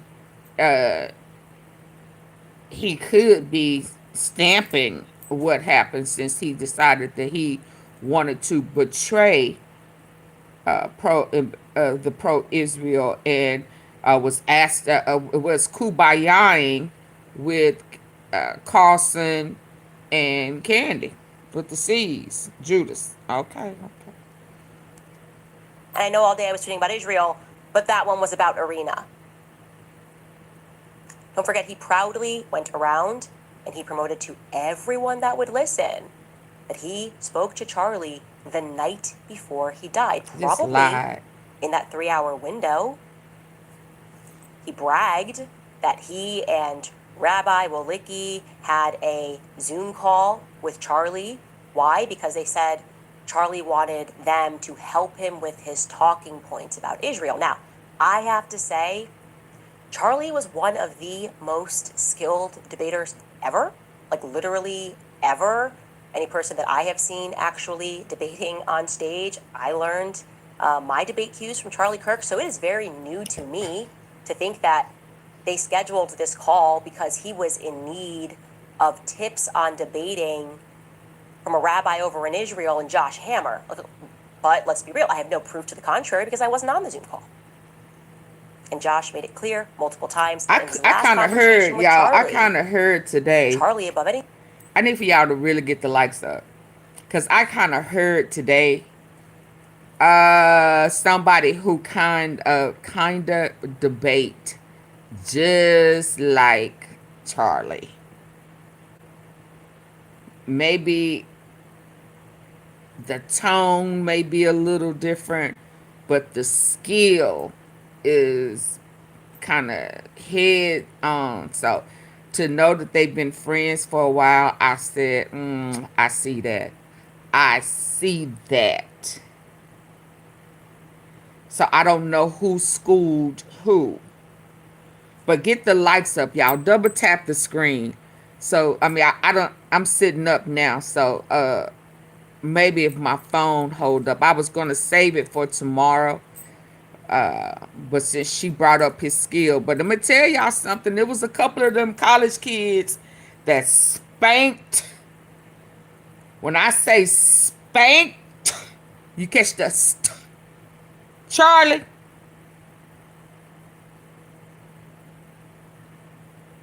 I saw a couple of myself spank him. I'm just saying. Else. One of them made him question the truth about Israel. Because it was after he had that debate with that young man when he started repeating what the young man said in their debate. And he started questioning Israel. Was really interested in Josh's book. So much so I don't know if he was that teaching in others his or if he literal was first kind of tweet taught. after news broke that Charlie had in fact died, Josh manages to bring up his book. I'm not kidding. Here's his tweet. He writes this. I am speechless, devastated, and heartbroken. We spoke less than 24 hours ago. Charlie joked how he was going to plug my book on this very tour. He was a unique force, a generational leader. Pray for Charlie's beautiful wife and their young children. Rest in peace, warrior. And as you saw yesterday, Josh never forgets to plug his book. He never once forgot to plug his book. A few days after Charlie's death, he went on JTV, which is on the global Jewish channel, to discuss that call, that last call with Charlie further, with a host named Ali. And here is what Josh says about his book. We actually did speak for the last time less than 24 hours before the assassination happened. We had a Zoom call. He looked like him, a couple of his producers. It was a small call. We were literally talking, above all, about the anti-Israel questions he expected to receive on this campus tour. And we were kind of talking him through talking points and strategy and how to deal with these expected hostile questions. And you held up my book, Israel and Civilization, Ali. What the last words I think Charlie spoke to me were snake. He literally said, Josh, when the Israel question comes up, I'm just gonna plug your book, Israel and Civilization, because I think that what you write in the book basically is how I feel as well, and that ends up being the last time that we spoke. Well, you heard him.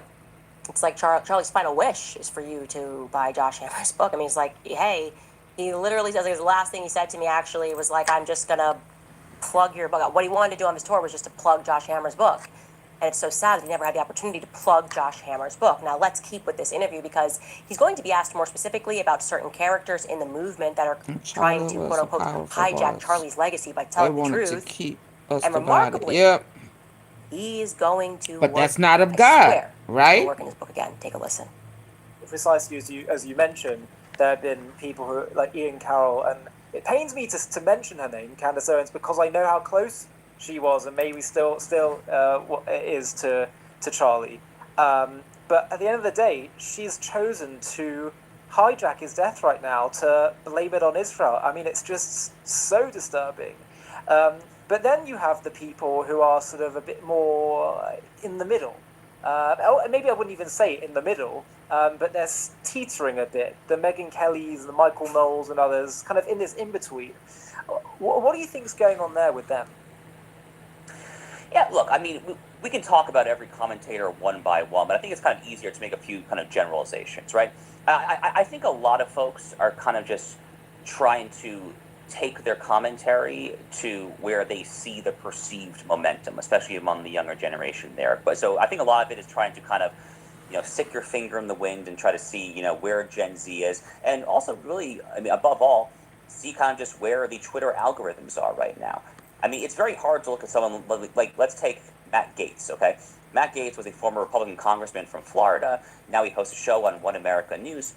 Matt Gaetz and I were very friendly for a while, okay? He had me on his show back in March when my book came out. Ollie, he referred to my book as a battle map to save Western civilization. It was an extraordinarily kind segment. He was asking very intelligent questions. He clearly had read the book. He was engaging with the material in it there. And a few months later, he's talking about Jewish supremacy, a term that has kind of like Der Stürmer origins, and he's had all sorts of horrible guests. I mean, does someone like that actually flip that quickly based on like literally from March to June or Right. July. No, of course not. I mean, it defies common sense. It defies reality. That's obviously going not on? what's happening there. I think it's just profound cynicism. It's trying to kind of just play for clicks, play for money, and trying to kind of just generate some viral clips to appease a small but very vocal and very online segment of the American right and of the American internet user base there. I just love that he doesn't even blink as he goes from promoting his book again to then accusing people of wanting money. It's just incredible as he's completely grifting off of Josh Charlie's and death by his trying to book. promote his book as like Book. Charlie's last wish. Did I say Josh book? It's really amazing. Also, why does Michael Knowles randomly catch a stray? Like, what's Michael Knowles been up to that he's like now on their list? Oh, wow. Michael Knowles, Megyn Kelly, they're listing them. That's coming next. Okay, inevitably it comes inward. And I just want to be clear in case what he's saying is not registering to you correctly. So, white men, to the extent that you are willing to get out there and work to serve really his book, to sell his book, to serve his interests, which are very clearly Israel, you're cool. You know, no one's going to call you an anti-Semite. Everything can be cool. To the extent that you, I don't know, maybe don't want to do that, you will be ruined. Matt Gaetz, what was he thinking? It's crazy. Like, what on earth was Matt Gaetz thinking? It was great when he was out there pitching Josh Hammer's book, and now he can't be saved. But then, and this is where it gets important, Josh Hammer gets even more specific, addressing the question if Charlie was beginning to crack on his support for Israel. Let's not forget, we already know the answer to this is yes. So looking at this hindsight 2020 really is something. Take a listen. Oh, yeah, he exposed for lying. If he is what, or if he was going in a direction that Candace Owens and others say he was going in, you know, very, very simple points. Would he have had on me and our friend Rabbi Pesach Wilicki literally the night before his death to spend an entire hour talking about how to respond to anti-Israel talking points? I mean, it doesn't make any sense. It literally simply does not make sense. His heart was absolutely in the right place. Again, he was trying to navigate kind of some... I cannot stand when people try to get their point across by saying, would somebody really, or why would how can you ask somebody how or why and they're no longer here? Why they did it all the time. I hear somebody who was a part of Unalive Dolph say that all the time. It's just because you said, why would I have the car, the getaway car, parked across the street? You now don't want to look crazy, but that doesn't mean that it didn't happen. We know it happened. So when I hear him saying, oh, well, why would he have us on the show the day before? Maybe he was still going along with the program because he still had some investors and he was still trying to figure it all out and come to a decision. I mean, is that possible? But it don't mean that he wasn't. I mean, he has said it himself that he was questioning Israel. So I cannot stand when people play that I'm way more intelligent, so let me play this. Why would he game? You should have asked him when he was having his concerns, but you didn't. Listen. If he is what, or if he was going in a direction that Candace Owens and others say he was going in, you know, very, very simple points. Would he have had on me and our friend Rabbi Pesach Wilicki literally the night before his death yes. to spend an entire hour talking about how to respond to anti-Israel talking points? I mean, yes. It doesn't make any sense. Because he did. His heart was absolutely in the right place. Again, he was trying to navigate kind of some very choppy waters. Well, Josh, I agree with you. Now that I agree with. Right here. Let me tell you where I agree with you. Me and our friend Rabbi Pesach Wilicki literally the night before his death to spend an entire hour talking about how to respond to anti-Israel talking points. I mean, it doesn't make any sense. It literally simply does not make sense. His heart was absolutely in the... His heart was absolutely in the right place. And that is why he was leading pro-Israel.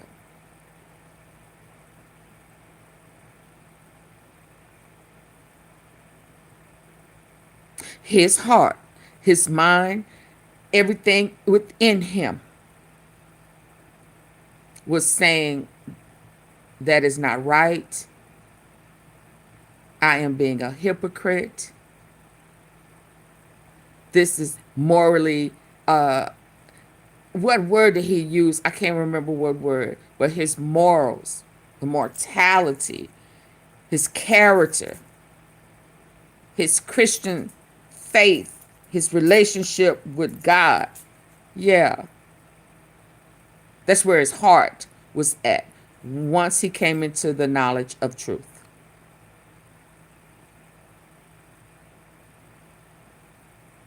And you and everybody else who are part of the cult had a problem with it. That's why you're okay with just pushing your books. That reminds me of Trump saying, oh, well, do you see they're laying the concrete of my new ballroom, when asked about how he was doing with the loss of Charlie. He went to the ballroom where his heart was at. Right place. Again, he was trying to navigate kind of some very choppy waters.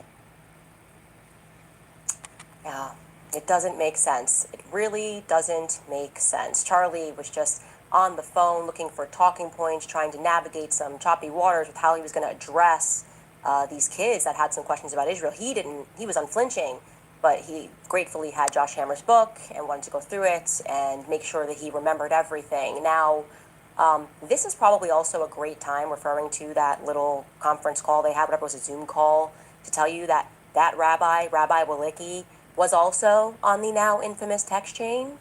So this means that both of those individuals knew exactly where Charlie was at on the topic of Israel and how he felt leading up to that moment of his death. And again, like I said, 2 weeks before that, in the Hamptons, they knew where he was at. Tucker Carlson told you the truth on his stance on Bibi Netanyahu. Nobody wants to address or answer the question of whether or not, when Bibi Netanyahu invited him to Israel, what the context was of that. Do you think that guy who's fighting a 140,000 front war, because he keeps picking fights and pretending he's a victim, really just has time to pick up the phone and shoot the breeze with Charlie Kirk, whose number, according to the released letter, he didn't even have in May? So what's he calling them about? They obviously weren't close if he didn't have his number, okay? So what's he calling Charlie about? Why is he inviting Charlie to Israel 2 weeks before he dies? To take him out in Israel? Nobody will address that. Charlie said no. He did. He said for no. For torture? He didn't flinch. He wasn't even flinching. He was just busy. He couldn't make it out to Israel or something. Now, I will say that regarding Rabbi Walicki, I think he has more of a conscience and soul than Josh Hammer. I haven't seen him promoting his book. He doesn't lie as audaciously and as repeatedly and tweets nearly as neurotically as Josh Hammer does. But I want you to listen to what he had to say when asked whether or not Charlie was turning on Israel. Give us our hindsight 2020, Rabbi Walicki. The wild conspiracy theories online on social media claiming that Israel and the Mossad are behind the assassination of Charlie Kirk because he was turning on Israel. Now, you spoke to him just hours before his death. Did you feel that that was the case, that he was in fact turning on Israel? Look, Lidar, I was in touch with Charlie on an almost daily basis for months. And he certainly had some disagreements with Israeli policy, and he criticized Israel where he felt appropriate. He sometimes believed things, like a lot of people do, that are out there in the media, and that was really the substance of our relationship, was checking on things and finding out the truth. But that doesn't mean that he was immune to the negative sentiments that were out there, and there were a lot of people around him in the America First movement who were actively working on him to try to get him to turn on Israel. But the real answer to your question is the meeting that I had with him. And the entire purpose of the meeting, called by Charlie called this meeting, and it was on our schedule for weeks, was that he was going out on a campus tour. Utah was the first stop on his new campus tour. And what a lot of people in Israel you knew his do not schedule. realize, or in the pro-Israel community do not realize, is that between 40 and 50% of all of the questions and challenges that he would get on these campus tours were usually about Israel. Because the campuses, of course, have a lot of anti-Israel sentiment, and Charlie was known as a supporter of Israel. So he ended up being in a position where he was defending Israel all the time. And it drove him crazy because he wanted to talk about America, but he was defending Israel all the time. So certainly had Please double tap the some screen. disagreements with Israeli policy, and he criticized Israel where he felt appropriate. He sometimes believed things, like a lot of people do, that are out there in the media, and that was really the substance of our relationship, was checking on things and finding out the truth. But that doesn't mean that he was immune to the negative sentiments that were out there, and there were a lot of people around him in the America First movement who were actively working Oh, on him let me to double try to get check. him. Y'all may be gone. Are y'all still with me? I mean, I may be spinning and don't know it. Are y'all still with me? Can y'all still hear me? Give me a 1 if you can hear.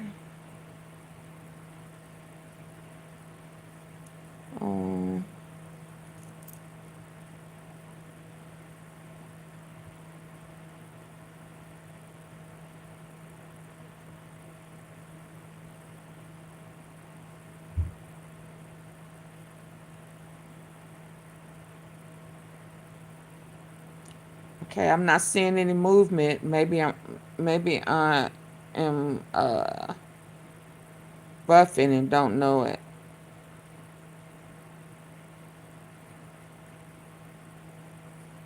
Can y'all hit the hearts on the side? Oh, okay. To turn on Israel. But the real answer to your question is the meeting that I had with him. And the entire purpose of the meeting, called by Charlie called this meeting, and it was on our schedule for weeks, was that he was going out on a campus tour. Utah was the first stop on his new campus tour.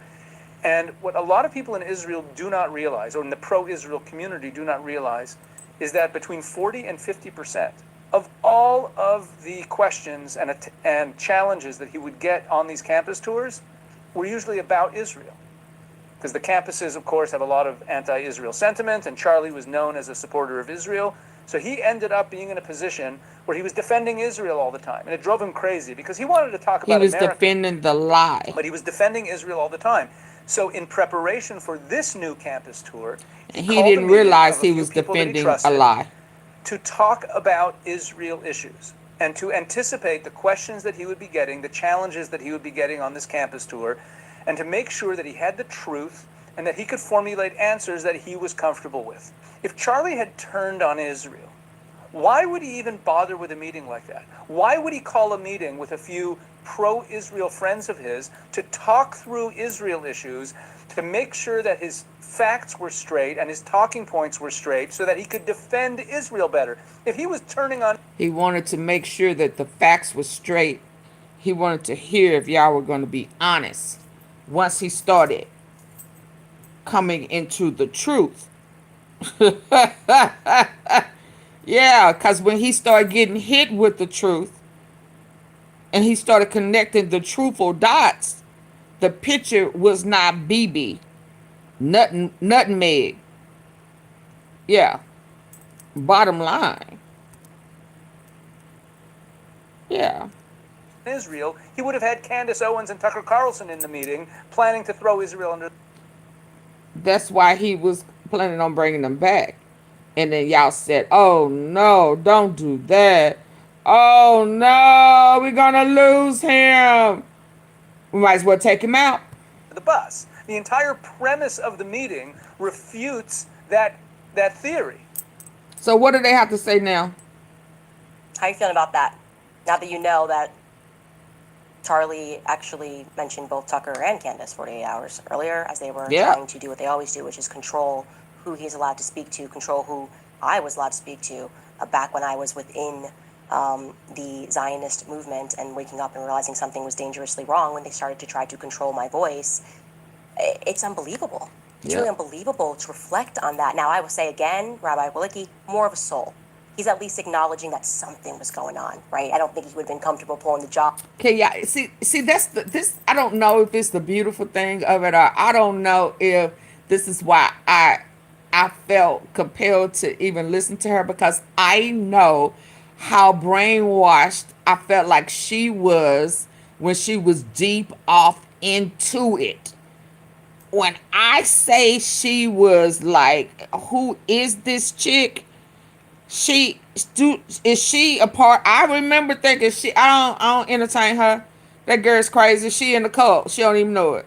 And I may not should say this because there are people of all races that find themselves in cults. But I was like, okay, because she talked like she has all the sense in the world. So I can't believe she's this brainwashed. But when the truth hits you upside your head, ain't nothing you can do but leave. So I'm more apt to listen to her because she was in the cult.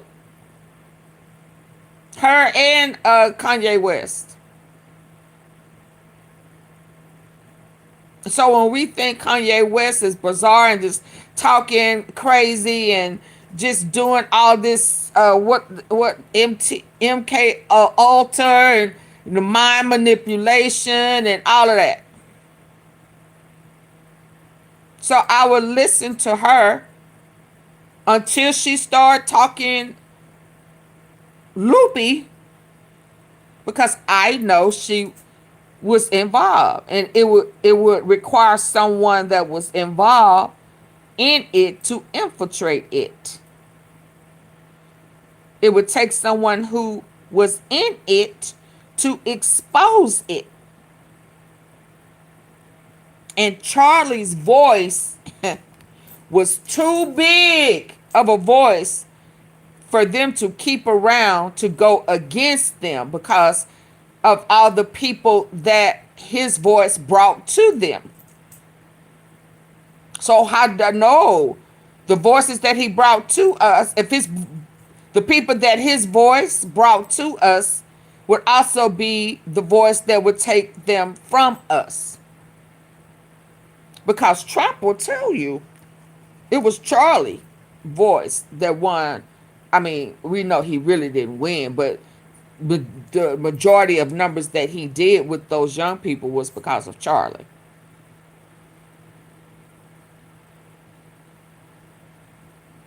I don't know what that means, Lisa. Christ tossed the temple. I don't know what that means.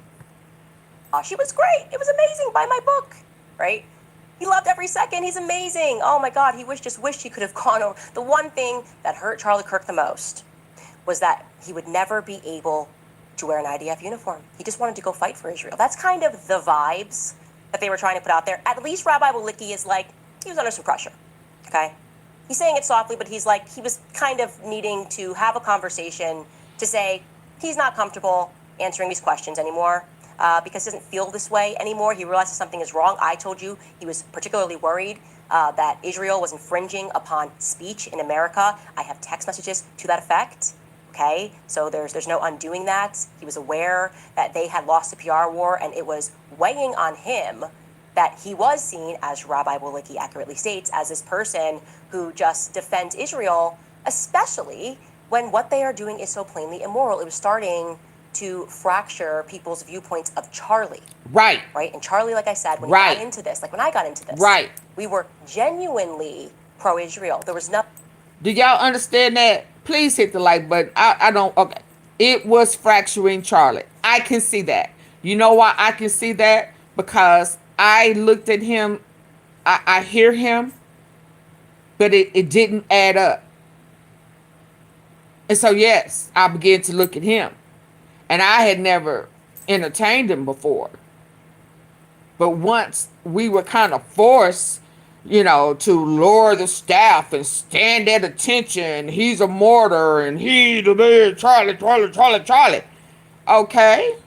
He's a Christian. It's about spiritual, Israel. Oh, yeah, okay. So now you're forcing us to pay attention.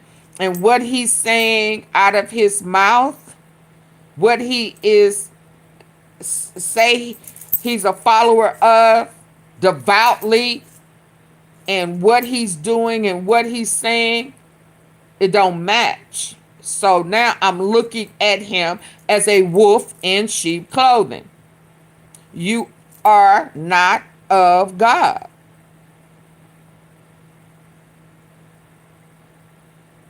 It is not lined up with the word of God. So how can it be? So yes, I can see it being a fracture to him morally. Absolutely. Absolutely. Thing, there was not payment that was coming in. Was I ignorant? Yes, I've owned that 1,000 times. I thought it's not a relevant topic, and it seems never be able to wear an IDF uniform. He just wanted to go fight for Israel. That's kind of the vibes that they were trying to put out there. At least Rabbi Walicki is like, he was under some pressure, okay? He's saying it softly, but he's like, he was kind of needing to have a conversation to say he's not comfortable answering these questions anymore. Because he doesn't feel this way anymore. He realizes something is wrong. I told you he was particularly worried that Israel was infringing upon speech in America. I have text messages to that effect. Okay, so there's no undoing that. He was aware that they had lost the PR war, and it was weighing on him that he was seen, as Rabbi Walicki accurately states, as this person who just defends Israel, especially when what they are doing is so plainly immoral. It was starting to fracture people's viewpoints of Charlie. Absolutely. Right? And Charlie, like I said, when he got into this, like when I got into this, we were genuinely pro-Israel. There was not payment that was coming in. Was I ignorant? Yes. I've owned that 1,000 times. I thought it's not a relevant topic, and it makes sense. The low-hanging arguments make sense. Why can't they have their own country? Whatever. My focus is BLM. He was always genuine.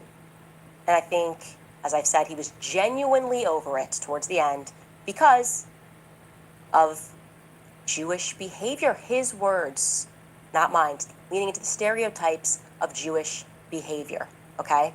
He didn't want to be bullied. He was being bullied. They knew that he was being bullied. And yet, they want us to believe that less than 48 hours before he died, Charlie announces that. He announces that he has no choice but to abandon the pro-Israel cause because of Jewish donors and their behavior, living up to these stereotypes. And despite this frustration, 48 hours earlier, the following day, he decided to have that smaller audience with 2 Jewish individuals who were on that chat and were times. I thought it's not a relevant topic, and it makes sense. The low-hanging arguments make sense. Why can't they have their own country? Whatever. My focus is BLM. He was always genuine. And I think, as I've said, he was genuinely over it towards the end because of Jewish behavior. His words, not mine, leaning into the stereotypes of Jewish behavior, okay? He didn't want to be bullied. He was being bullied. They knew that he was being bullied. And yet, they want us to believe that less than 48 hours before he died, Charlie announces that. He announces that he has no choice but to abandon the pro-Israel cause because of Jewish donors and their behavior, living up to these stereotypes. And despite this frustration, 48 hours earlier, the following day, he decided to have that smaller audience with 2 Jewish individuals who were on that chat and were aware that he was angry. But this conversation and aware he was being not bullied. Going to be a follow-up or in relation to what he had just expressed hours earlier to them both, but rather he was just like a super fan of Josh's book. He's like, gosh, this book is amazing. I want to get on the phone with the author. What a wonderful opportunity to speak to the author. I love this. Tell me to come up with this idea for the book. I want to hear more. And also, I'd like to strategize on how to deal with the questions that are coming. When they ask me about Israel, I'm just going to show them the book. Your book. That's what Josh wants us to believe, at least, right? And then we're supposed to believe that he had that dramatic switch. So he went from, I'm done, to like, hey, love ya, how can I be of more service to you? And then in that exact same day, he was texting people saying they are going to kill me. On the same day that he's on this Zoom call, is a fact, this night Zoom call, as Josh says it was at night, or the New York Post reported, I think, right, that it was at night, that at the same time, that same day, he's texting people saying they are going to kill me. Wow. And we are supposed to deduce from this that by they, what he really meant was Tyler Robinson. He meant they, them, duh. Like a non-binary person or a trans person, they were going to kill him. That Absolutely was what he not. had a feeling about. Everything else is just completely irrelevant.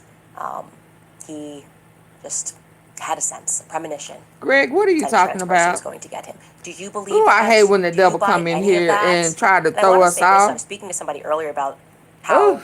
interesting it is that none of us, and I'm not saying none of us, I'm talking about Tucker Carlson, Megyn Kelly, The myself, devil is a when we lie, were and the speaking truth ain't in you. honestly and accurately about what Charlie was going through and how he was being bullied and how he was under pressure. And Megyn even spoke about it herself, by the way. Megyn, you should probably tell people who those individuals are.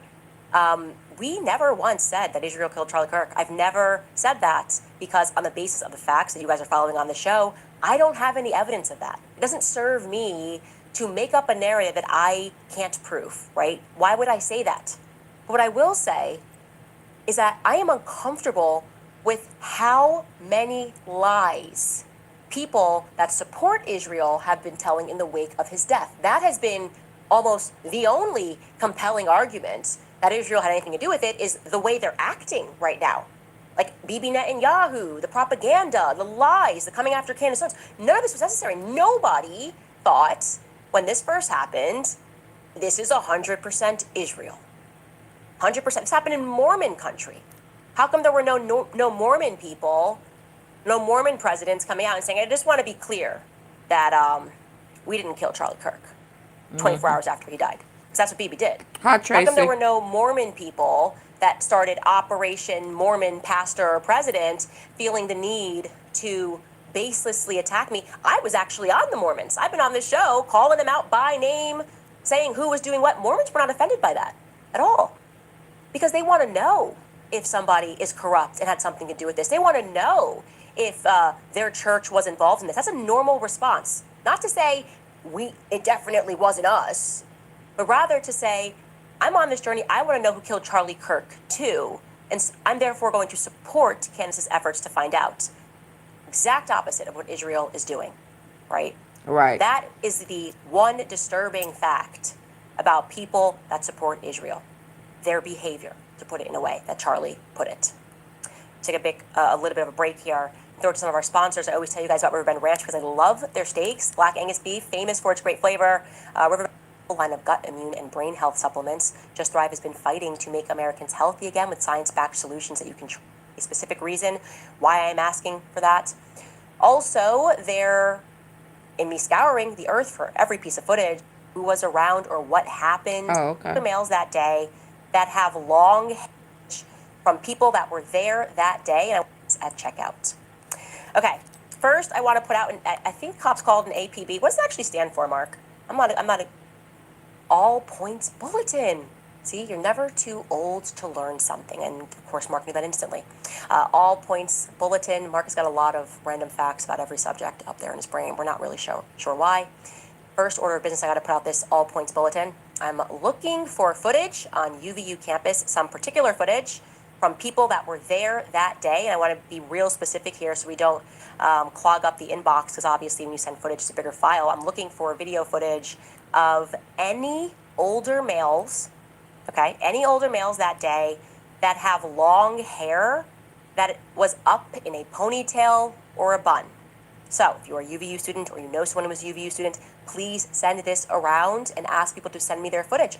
Just want to see footage of men that have their long hair, enough hair that it's up in a ponytail or a bun. There is, of course, a specific reason why I'm asking for that.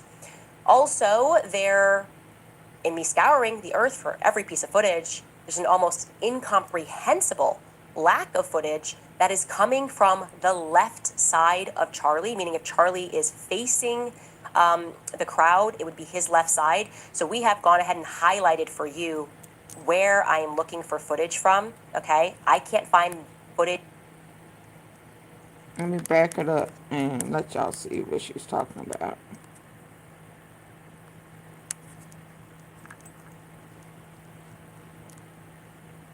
Also, in me scouring the earth for every piece of footage, there's an almost incomprehensible lack of footage that is coming from the left side of Charlie, meaning if Charlie is facing the crowd, it would be his left side. So we have gone ahead and highlighted for you where I am looking for footage from, okay? I can't find footage from this section. Chris, if you could go back to that first one again too. This section right here, if you were sitting here, Oh or yeah, next one of those on the guys side, over here when the shots rang out was or doing just that before, signal or sign maybe in with the the 10 minutes arm. before, so I can see who was around or what happened when those Mhm. shots rang out. It is weird. There's just it's like a black hole. Cannot get footage of that angle from the front. You're probably going, well, doesn't Turning Point have that footage? Well, Turning Point, as we have learned, is not going to show anybody anything in 4K or in 5K.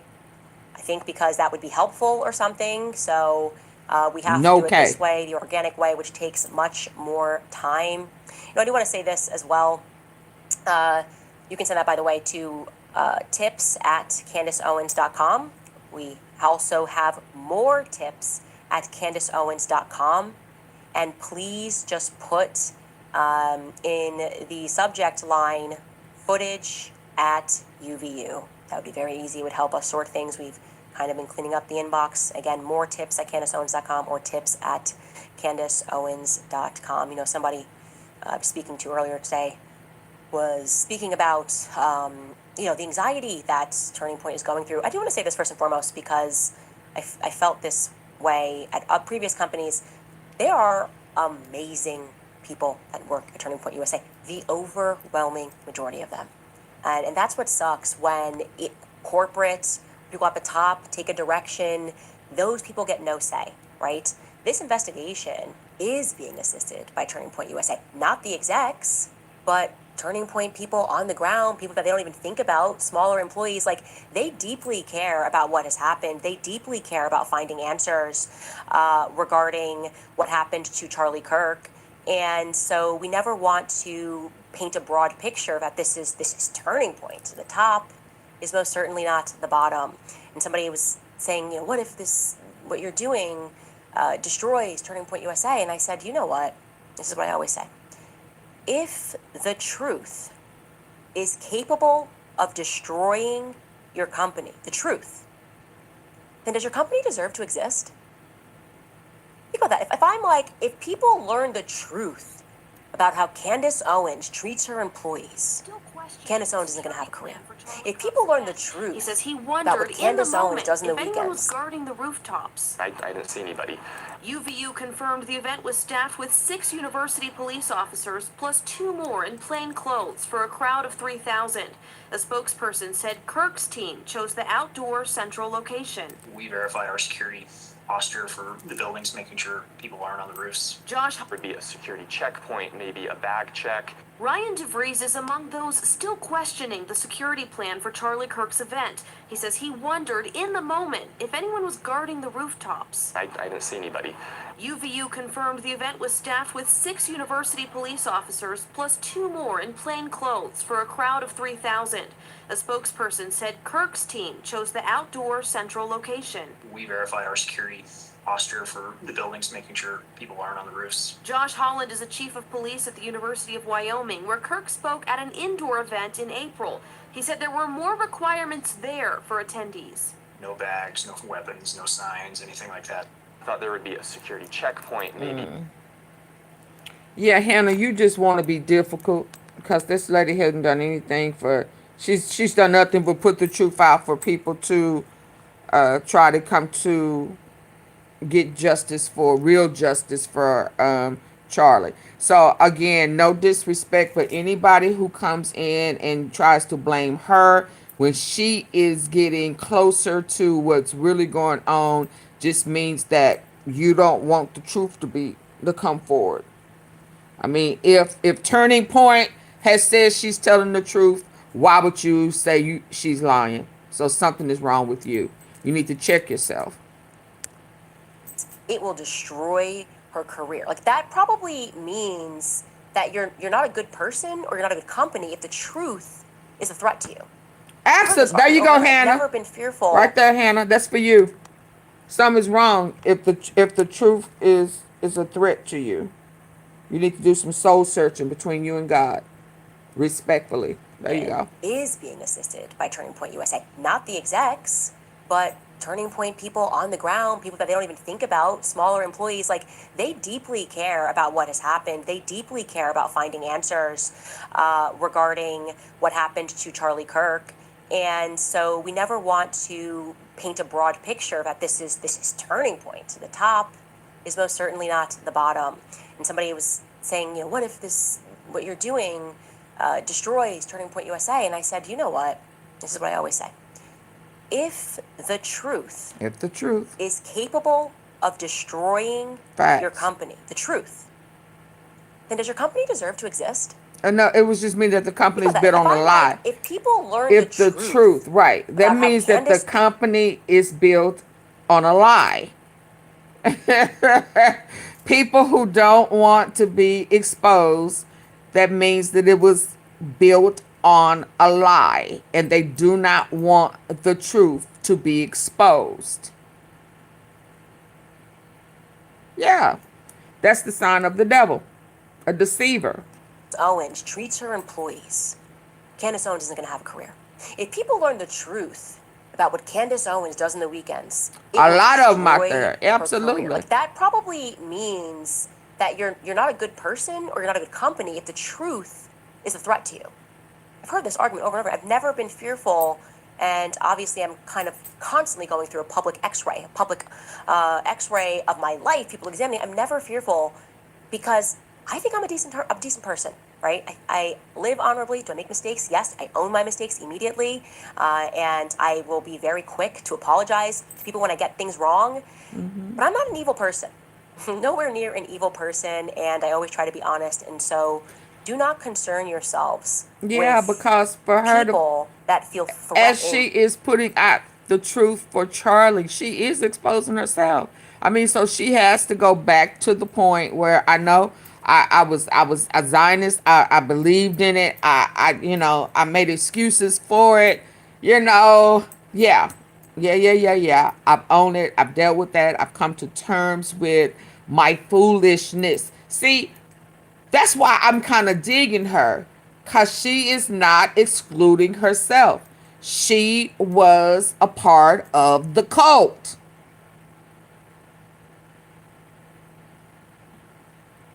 She was a part of it. Yeah. And y'all killed my friend. We were in it together. We kind of had each other's back. You know, we kind of jumped out there and made excuses for it together. I came to terms with something ain't right. He didn't come with me at that time. Then he started looking at me like, no. But you still my friend. He just couldn't follow her. It could have been the money. It could have been the donations. It could have been that. And she could very well be turning her back on the friendship because he didn't come with her. But she's not.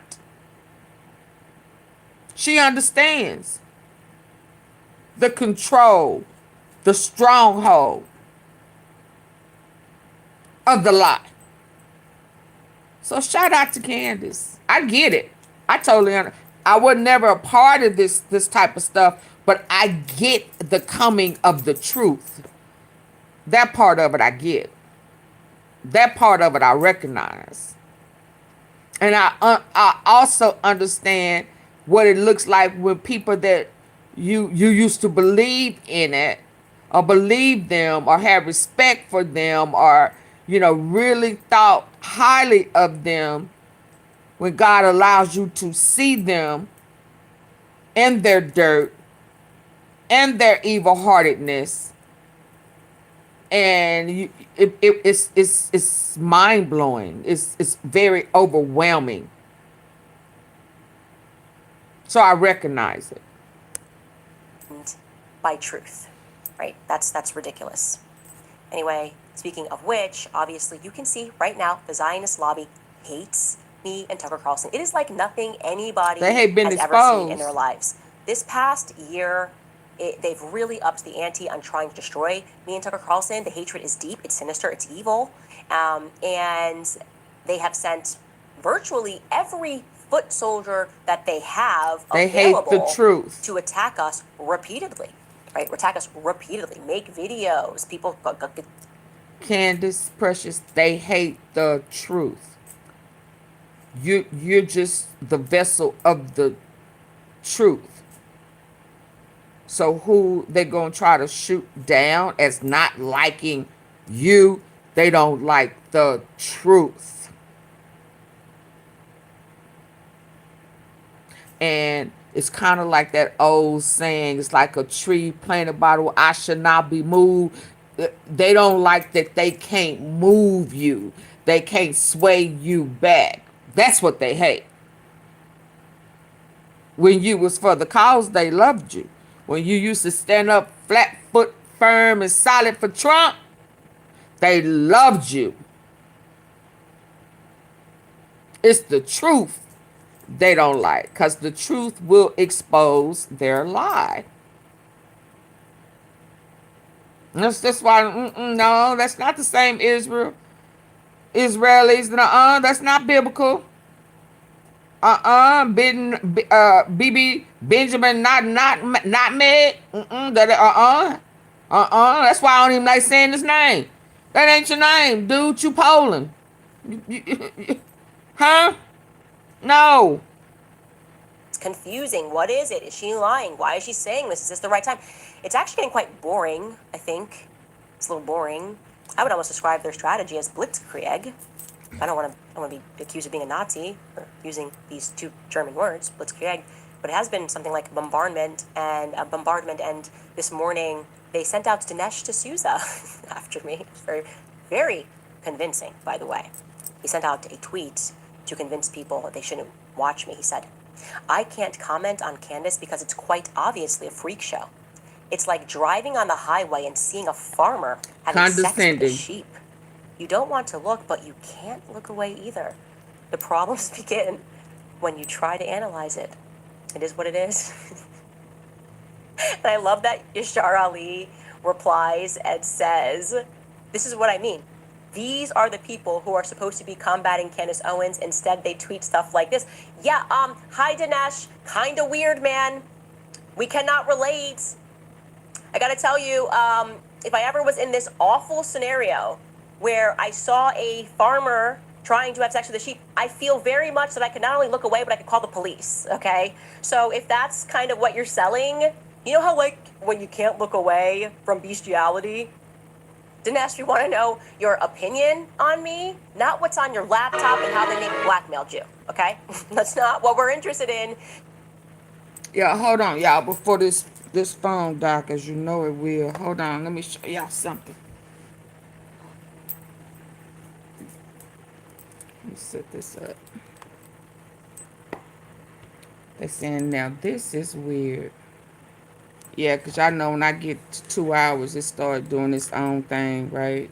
I ain't gonna play dumb. I ain't gonna lie to myself. So let's come over here, and this phone getting kind of warm. Can y'all see this? Please hit the like button. Can I get 20 likes real quick? Can y'all see this?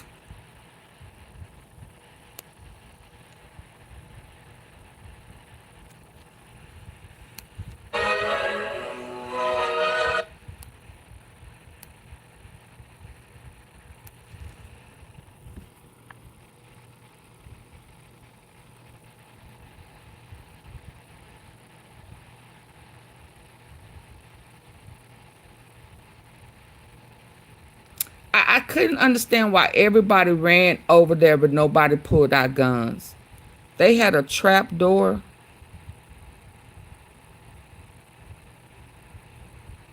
They had a trap door. Because why did everybody run over there, but nobody pulled out a gun to return fire?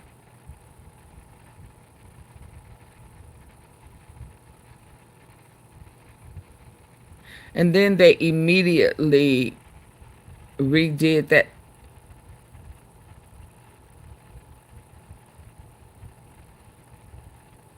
No blood.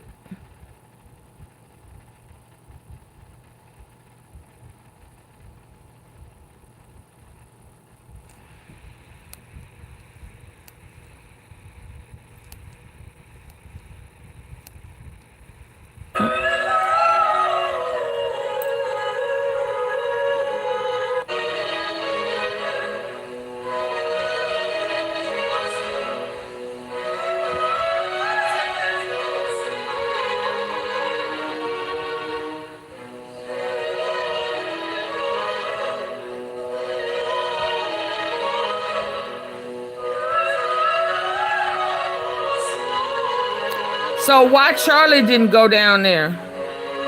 Why they didn't? Who ran down there? Who used the trap door?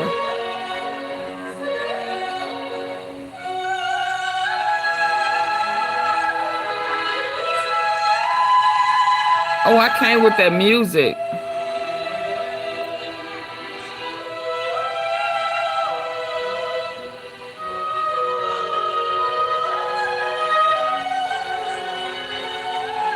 Nobody pulled the gun out.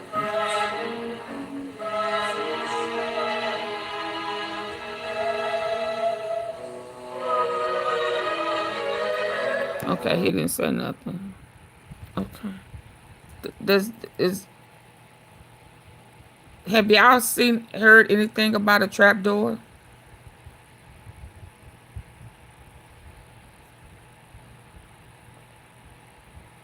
Interesting, huh?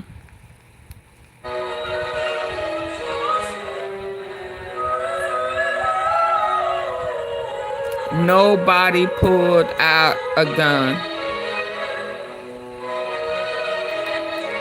And they cemented over that.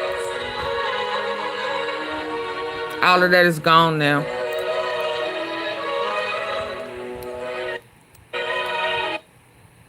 All of that is gone.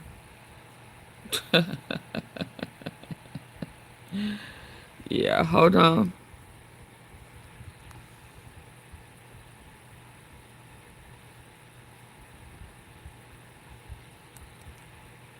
Let me get this straight. Charlie Kirk had no coroner's report, no church funeral, no burial site or grave, no official death certificate. Why has no official autopsy been conducted, nor any findings released? No ballistics report. Not a single eyewitness on the record, and an award-winning widow already taking over his show. Why was the entire crime scene destroyed within hours, erasing vital evidence? They tore down everything, including the Dairy Queen. Dairy Queen gone too? Paramedics on the scene. Why was Charlie Kirk's body removed and illegally flown out on Air Force 2? Why did Donald Trump pardon a Navy SEAL killer whose shadow looms over this case? Why was the stadium mysteriously booked by Turning Point 4 months before? They said that wasn't true. A massive high-tech stadium memorial produced in only 11 days. Why do multiple women publicly appear as Erica Kirk, raising questions of identity? Why are there no birth certificates for their children? No names revealed, no faces ever shown. Where is a video of Charlie playing with his kids at a birthday party, or picnic, or any other family setting? Why do Freemasonic and satanic symbols surround this tragedy with chilling precision? Interesting that the gun was found on property owned by Palantir. Isn't it interesting Kash Patel fired many of the heads of the FBI in that area days before the shooting? Do you find it interesting that Charlie sold his house 8 months ago for $5 million? If the father of your 2 young children was just brutally murdered for the world to see days ago, do you leave them home with a nanny while you go on podcasts grinning from ear to ear?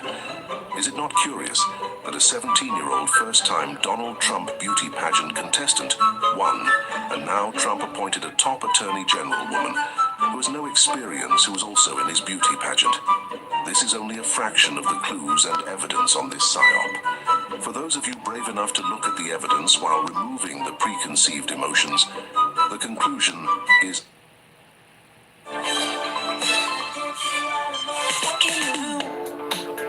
What y'all think? Oh my goodness. What is this? Let me get this straight.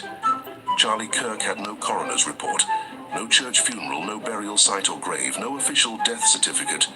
Why has no official autopsy I been asked y'all, conducted? did he have a burial? Released.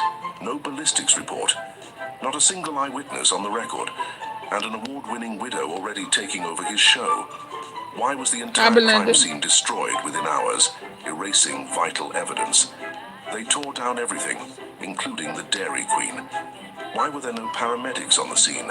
Why was Charlie Kirk's body removed and illegally flown out on Air Force 2? Why did Donald Trump pardon a Navy SEAL killer whose shadow looms over this case? Why was the stadium mysteriously booked by Turning Point 4 months before his death? How was a massive high-tech stadium memorial produced in only 11 days? Why do multiple women publicly appear as Erica Kirk, raising questions of identity? Why are there no birth certificates for their children? No names revealed, no faces ever shown? Where is a video of Charlie playing with his kids at a birthday party, or picnic, or any other family setting? Why do Freemasonic and satanic symbols surround this tragedy with chilling precision? Interesting that the gun was found on property owned by Palantir. Isn't it interesting Kash Patel fired many of the heads of the FBI in that area days before the shooting? Do you find it interesting that Charlie sold his house 8 months ago for $5 million?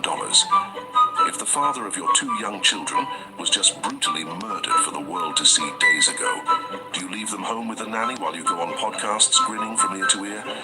Is it not curious that a 17-year-old first-time Donald Trump beauty pageant contestant won, and now Trump appointed a top attorney general woman who has no experience who was also in his beauty pageant? Oh, Lord. Oh, Lord.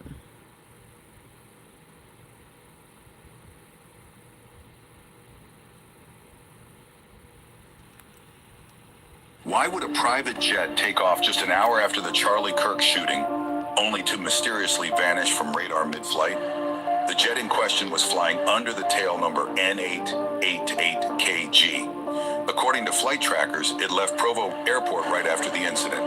But here's where it gets strange. Barely 30 minutes into the flight, it drops off ADS-B, tracking completely. Something that's not just unusual, but illegal. For nearly an hour, it was as if the plane didn't exist. Then, like nothing happened, it suddenly reappears, headed right back to Provo. Why would a private jet go dark at the exact moment the nation was watching the fallout of a shooting? Who was on board?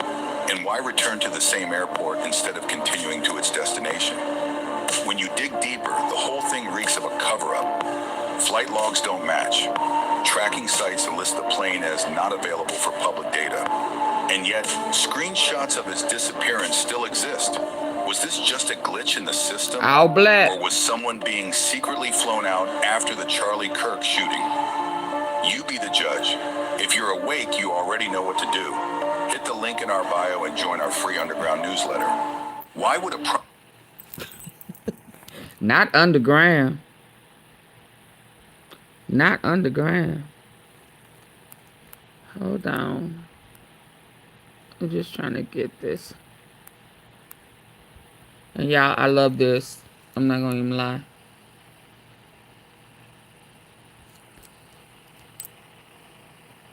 Don't understand, like, the dignity of him tweeting that. Like, I'm living in that Charlie dance century. And we can make him about to have these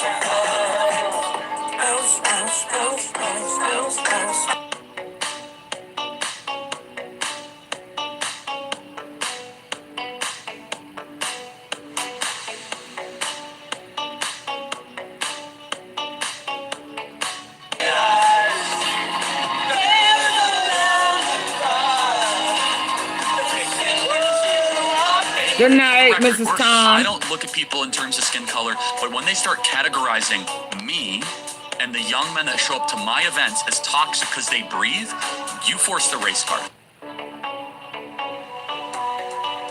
Don't understand, like, the dignity. They were young. Charlie dance century. They were young. And we can make him about to have these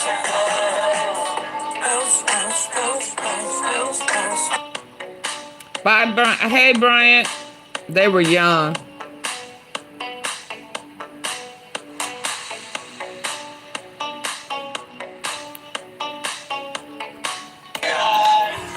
Okay, it was okay. Before let me hurry up.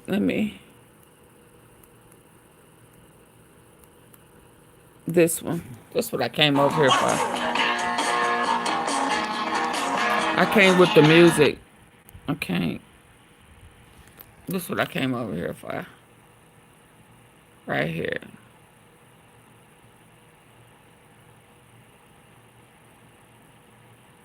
No Hebrew DNA.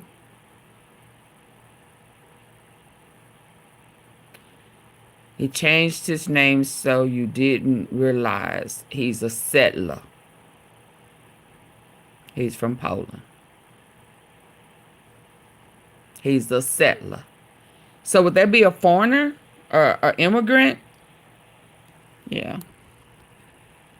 Okay, let me finish this real quick because I don't know what else she had to say. Would that mean he's an immigrant?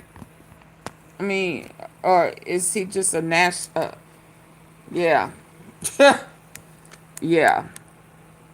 Yeah, he just made that up, y'all. I'm trying to tell y'all.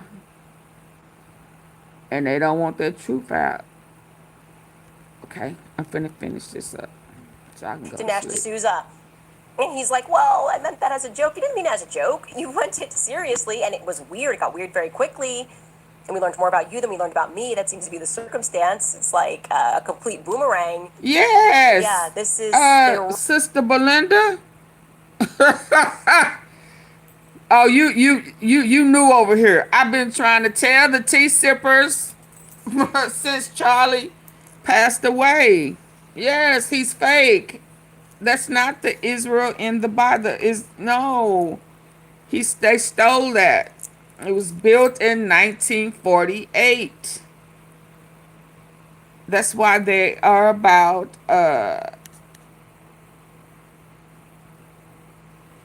taking over and unaliving.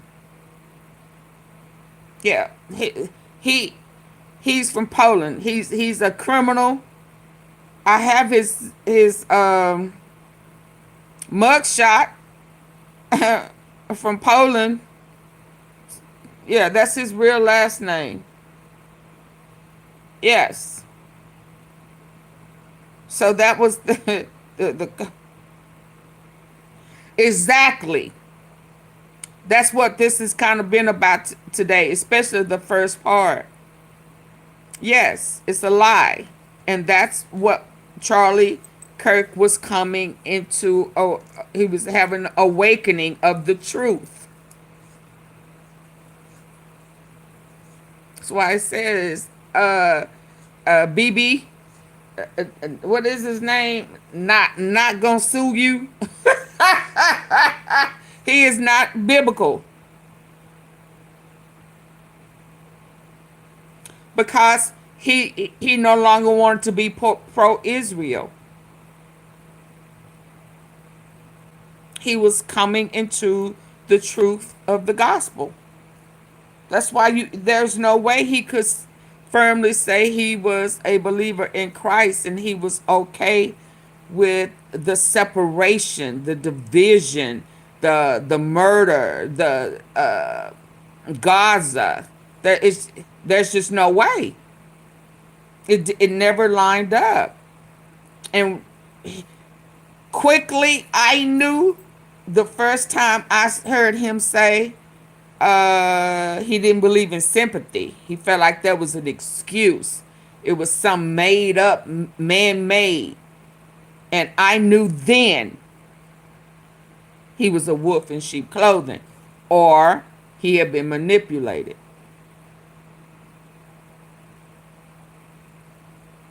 But before Charlie Kirk was assassinated, the tea sippers here, we had ran across the footage of Donald Trump mocking Christians, manipulating and lying and deceptively saying, we need your vote. I'm not a Christian, but we need you to vote. This to be the last time. So they played on the Christians' coattail and making people think that the support of Israel was supporting, honoring the Bible.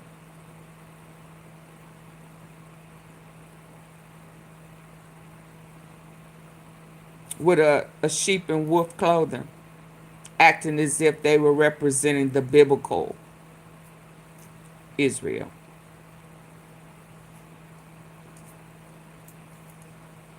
Yeah, it's all a lie. And when he denounced pro-Israel and refused to go to meet with the prime minister, he was assassinated. Really starting to scrape the bottom of the barrel, finding people that are into some weird stuff. So I'd say, I think Dinesh D'Souza, if he thought that that was going to be relatable and convince people, yeah, I totally relate. Yeah, it's like you just can't look away from that stuff when you see it. That did not happen. That did not happen. Now, because they You are right, seriously increasing Nelda. and being, I would almost say erratic. I love it. You are so right, Nelda. Nothing about the way not gonna sue you operates aligned with the Bible. I just will not say his name, will I just not gonna say it. It ain't his name no way. He done made up something. I'm not gonna stress myself out trying to say it real fast. Like they said, nope, not gonna sue you.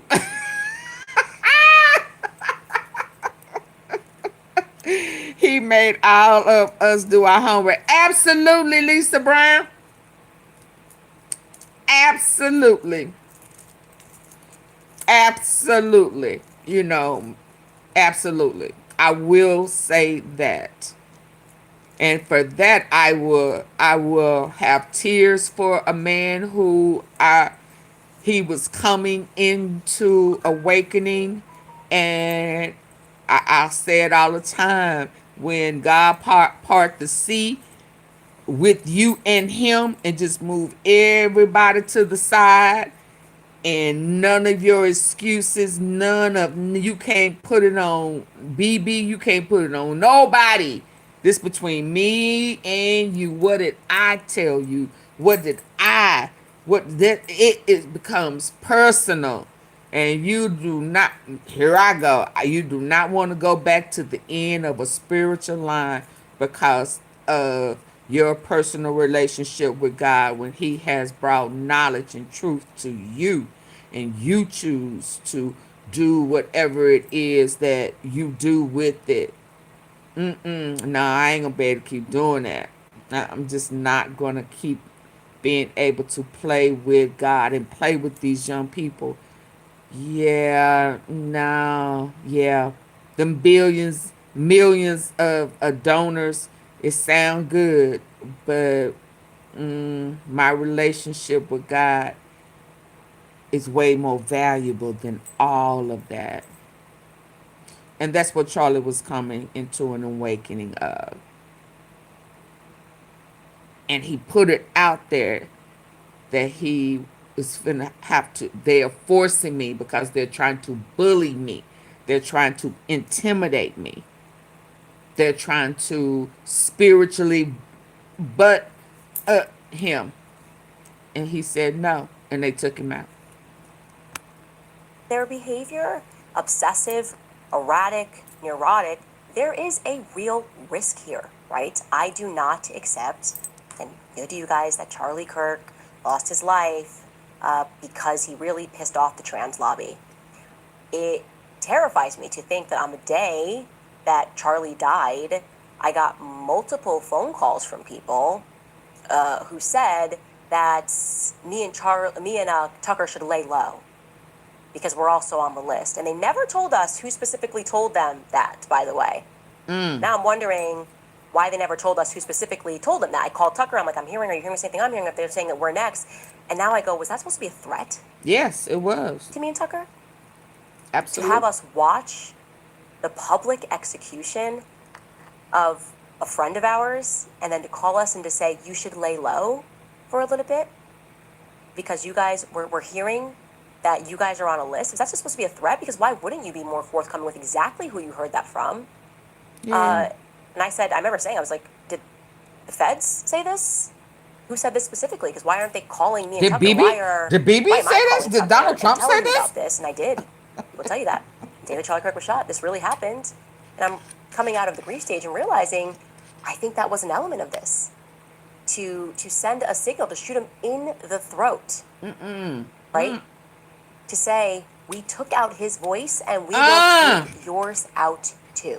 Wow. I And that's didn't look at it terrifying, like that's that. real. And these people that we are fighting are dangerous, okay? Do not underestimate them.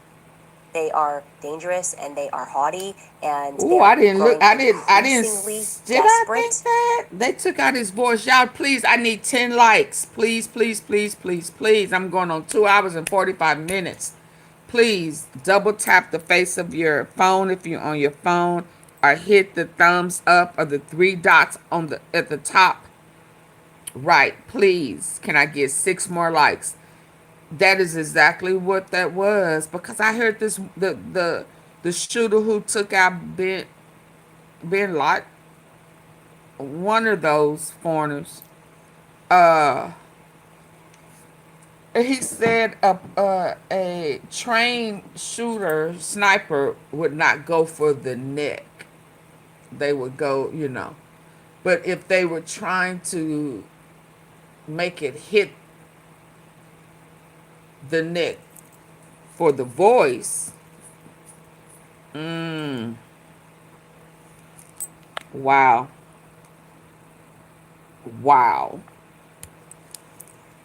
And panicked people that are evil in this way are not people that you wanna play with, right? People are nervous. Everyone is feeling it.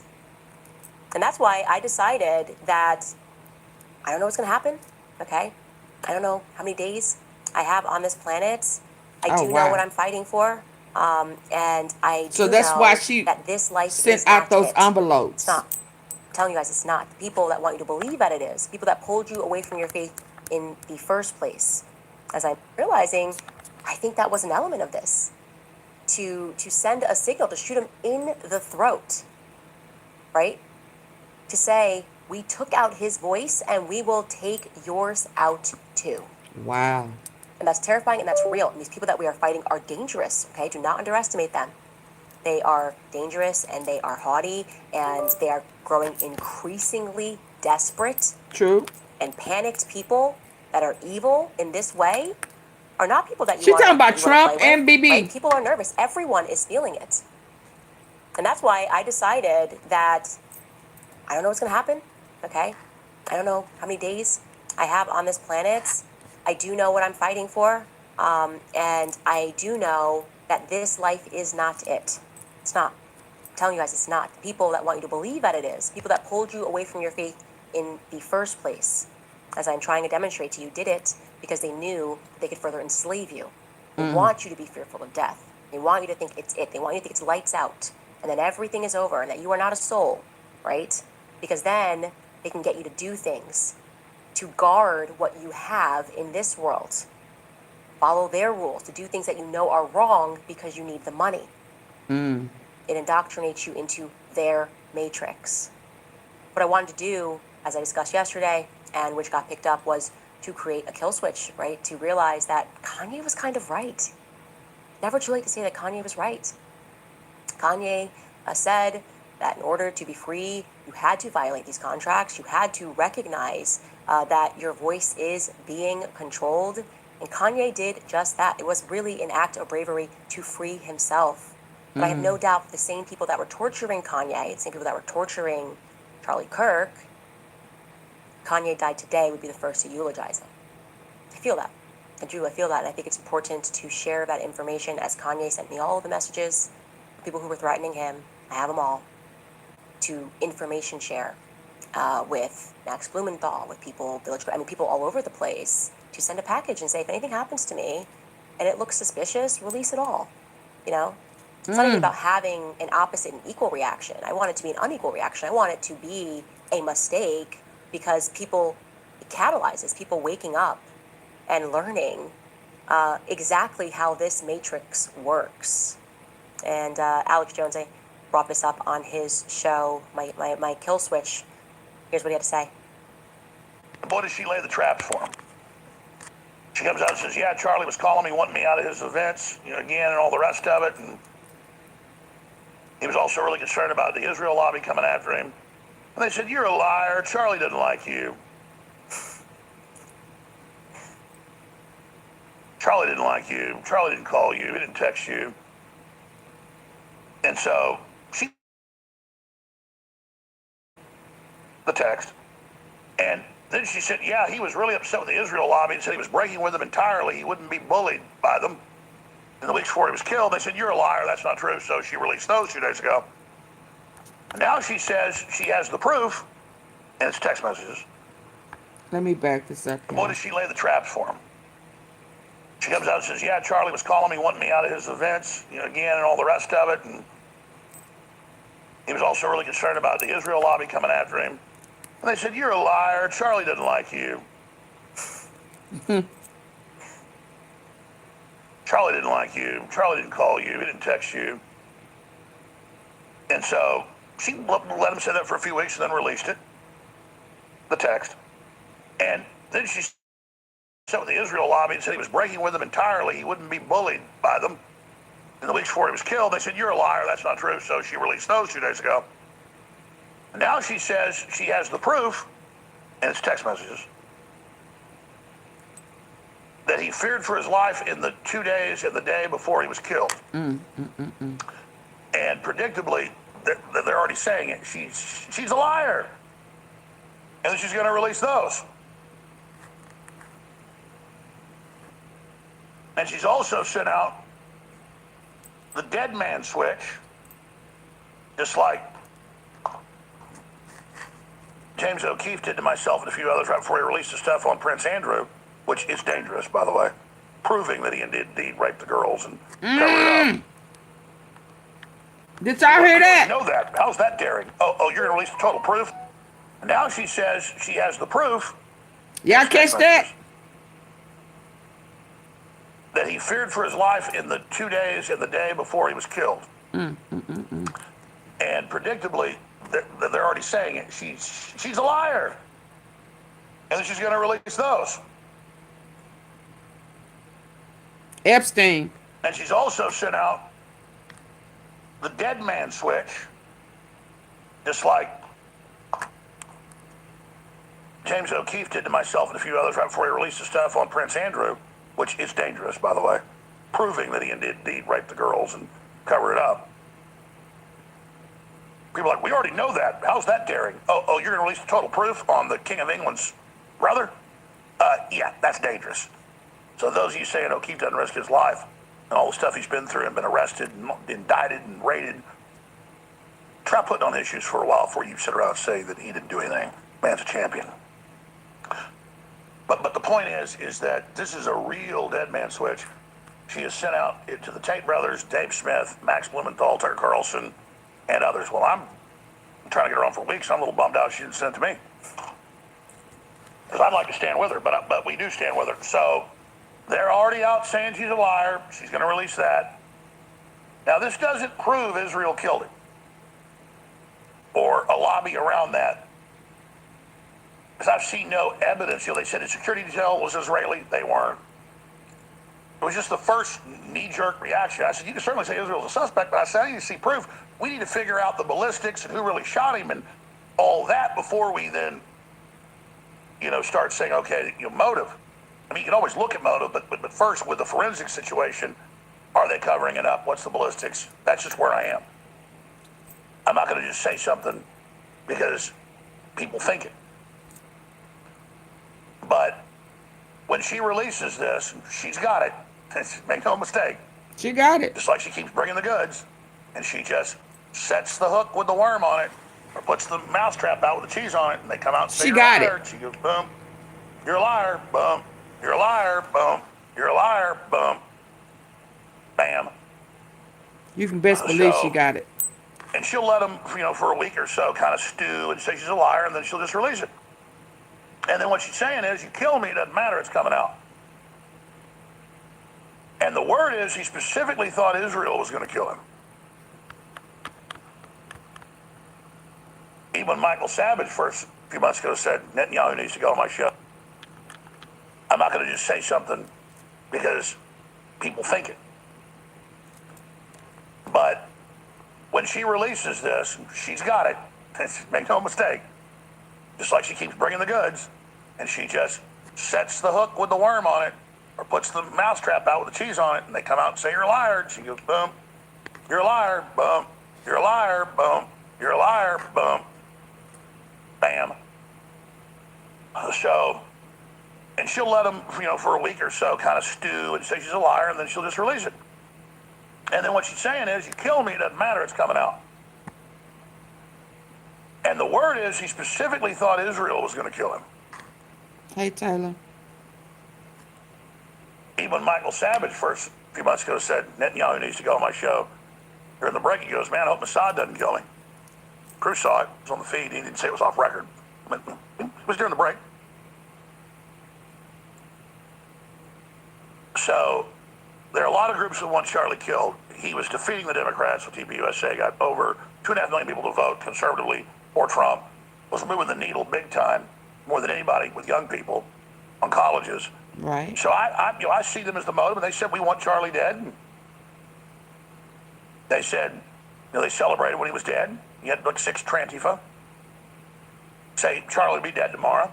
Then they said, see, we told you. And that was in the town. So, we got Antifa, the tranny Antifa. But I think they was planning. Engaged in all sorts of violence That everywhere. was planning. So I was like, okay, yeah, I mean, that fits. To get the picture, I think, and he goes on to explain how we all feel, which is like genuinely we had no proof and no rhyme or reason to think or suspect Israel whatsoever. And it's really just been this insane behavior of covering up and lying that makes us question things.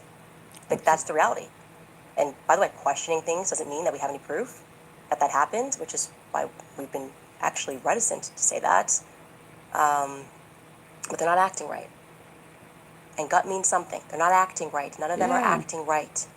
That's not just Turning Point USA execs. I call it moving funny. Explain it away in my head 1,000 times. They moving funny. Like whatever, grieving, and give them time. And then it just got to a place where I said, this feels like something else. I don't know why they're telling little lies. And little lies only exist to cover up bigger lies.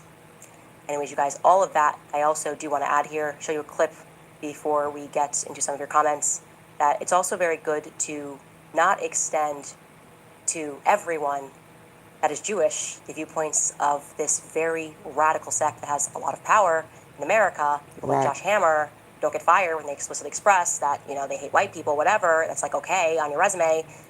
That's not the people, this, that you went to school with. Like, I grew up around the Dave Smiths of the world, right? And I always say I'm grateful that I did, because when you engage into politics, what you see is so ugly that you just go, oh my gosh, like coming into stereotypes. You're living up every stereotype. But what you're seeing is the stranglehold of AIPAC. It is a political organization. And I always say, if you look at any lobby in DC, it'll make you hate someone, right? Pharmaceutical lobby will make you hate the pharmaceutical companies. The Jewish lobby will make you hate Jews. The Black Caucus will make you hate black people. And so people that go to DC are incredibly corrupt. Money rules them, and they become powerful. Power corrupts. Absolutely. It's just good to remember that. And I found myself wanting to show you this joke. This is a comedian, John Marco Cerezi, who is Jewish, and he's making fun. This is what comedians do, making fun of himself. Okay, y'all, I'm going to have to get ready to go. That there are people that are not like Josh Hammer. That's kind of the point I want to get across. Listen to this very funny joke by John Marco Cerezi. After this, I'm leaving. I celebrated most of the major Jewish holidays growing up. Passover was my favorite because you get to read it at the table, and that's the story where the Jews, we were enslaved by the Pharaoh, and then Moses made the plagues happen, and then we escaped, and we crossed the desert for 40 years. I liked it because it made Jews seem cool, but that was also kind of confusing.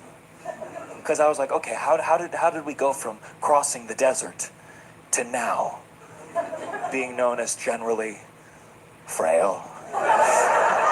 And I didn't know. I didn't understand until one day I went on vacation to Miami with my very Jewish girlfriend. And the moment we got to the beach, she was like, "It's like a desert out here." And I was like, "Oh my God.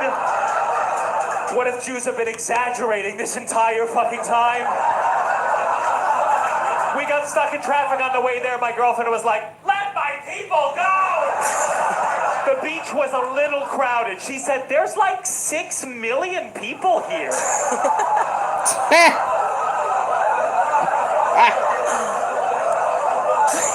Yeah, you got it. That's fantastic. It's funny, and it's good to remind yourself that politics is serious all the time, but most of the people do not behave like Bless you psychopaths. too, and Lisa. they're very Y'all, funny good and night. make fun of themselves. All right, going to read a couple sponsors before I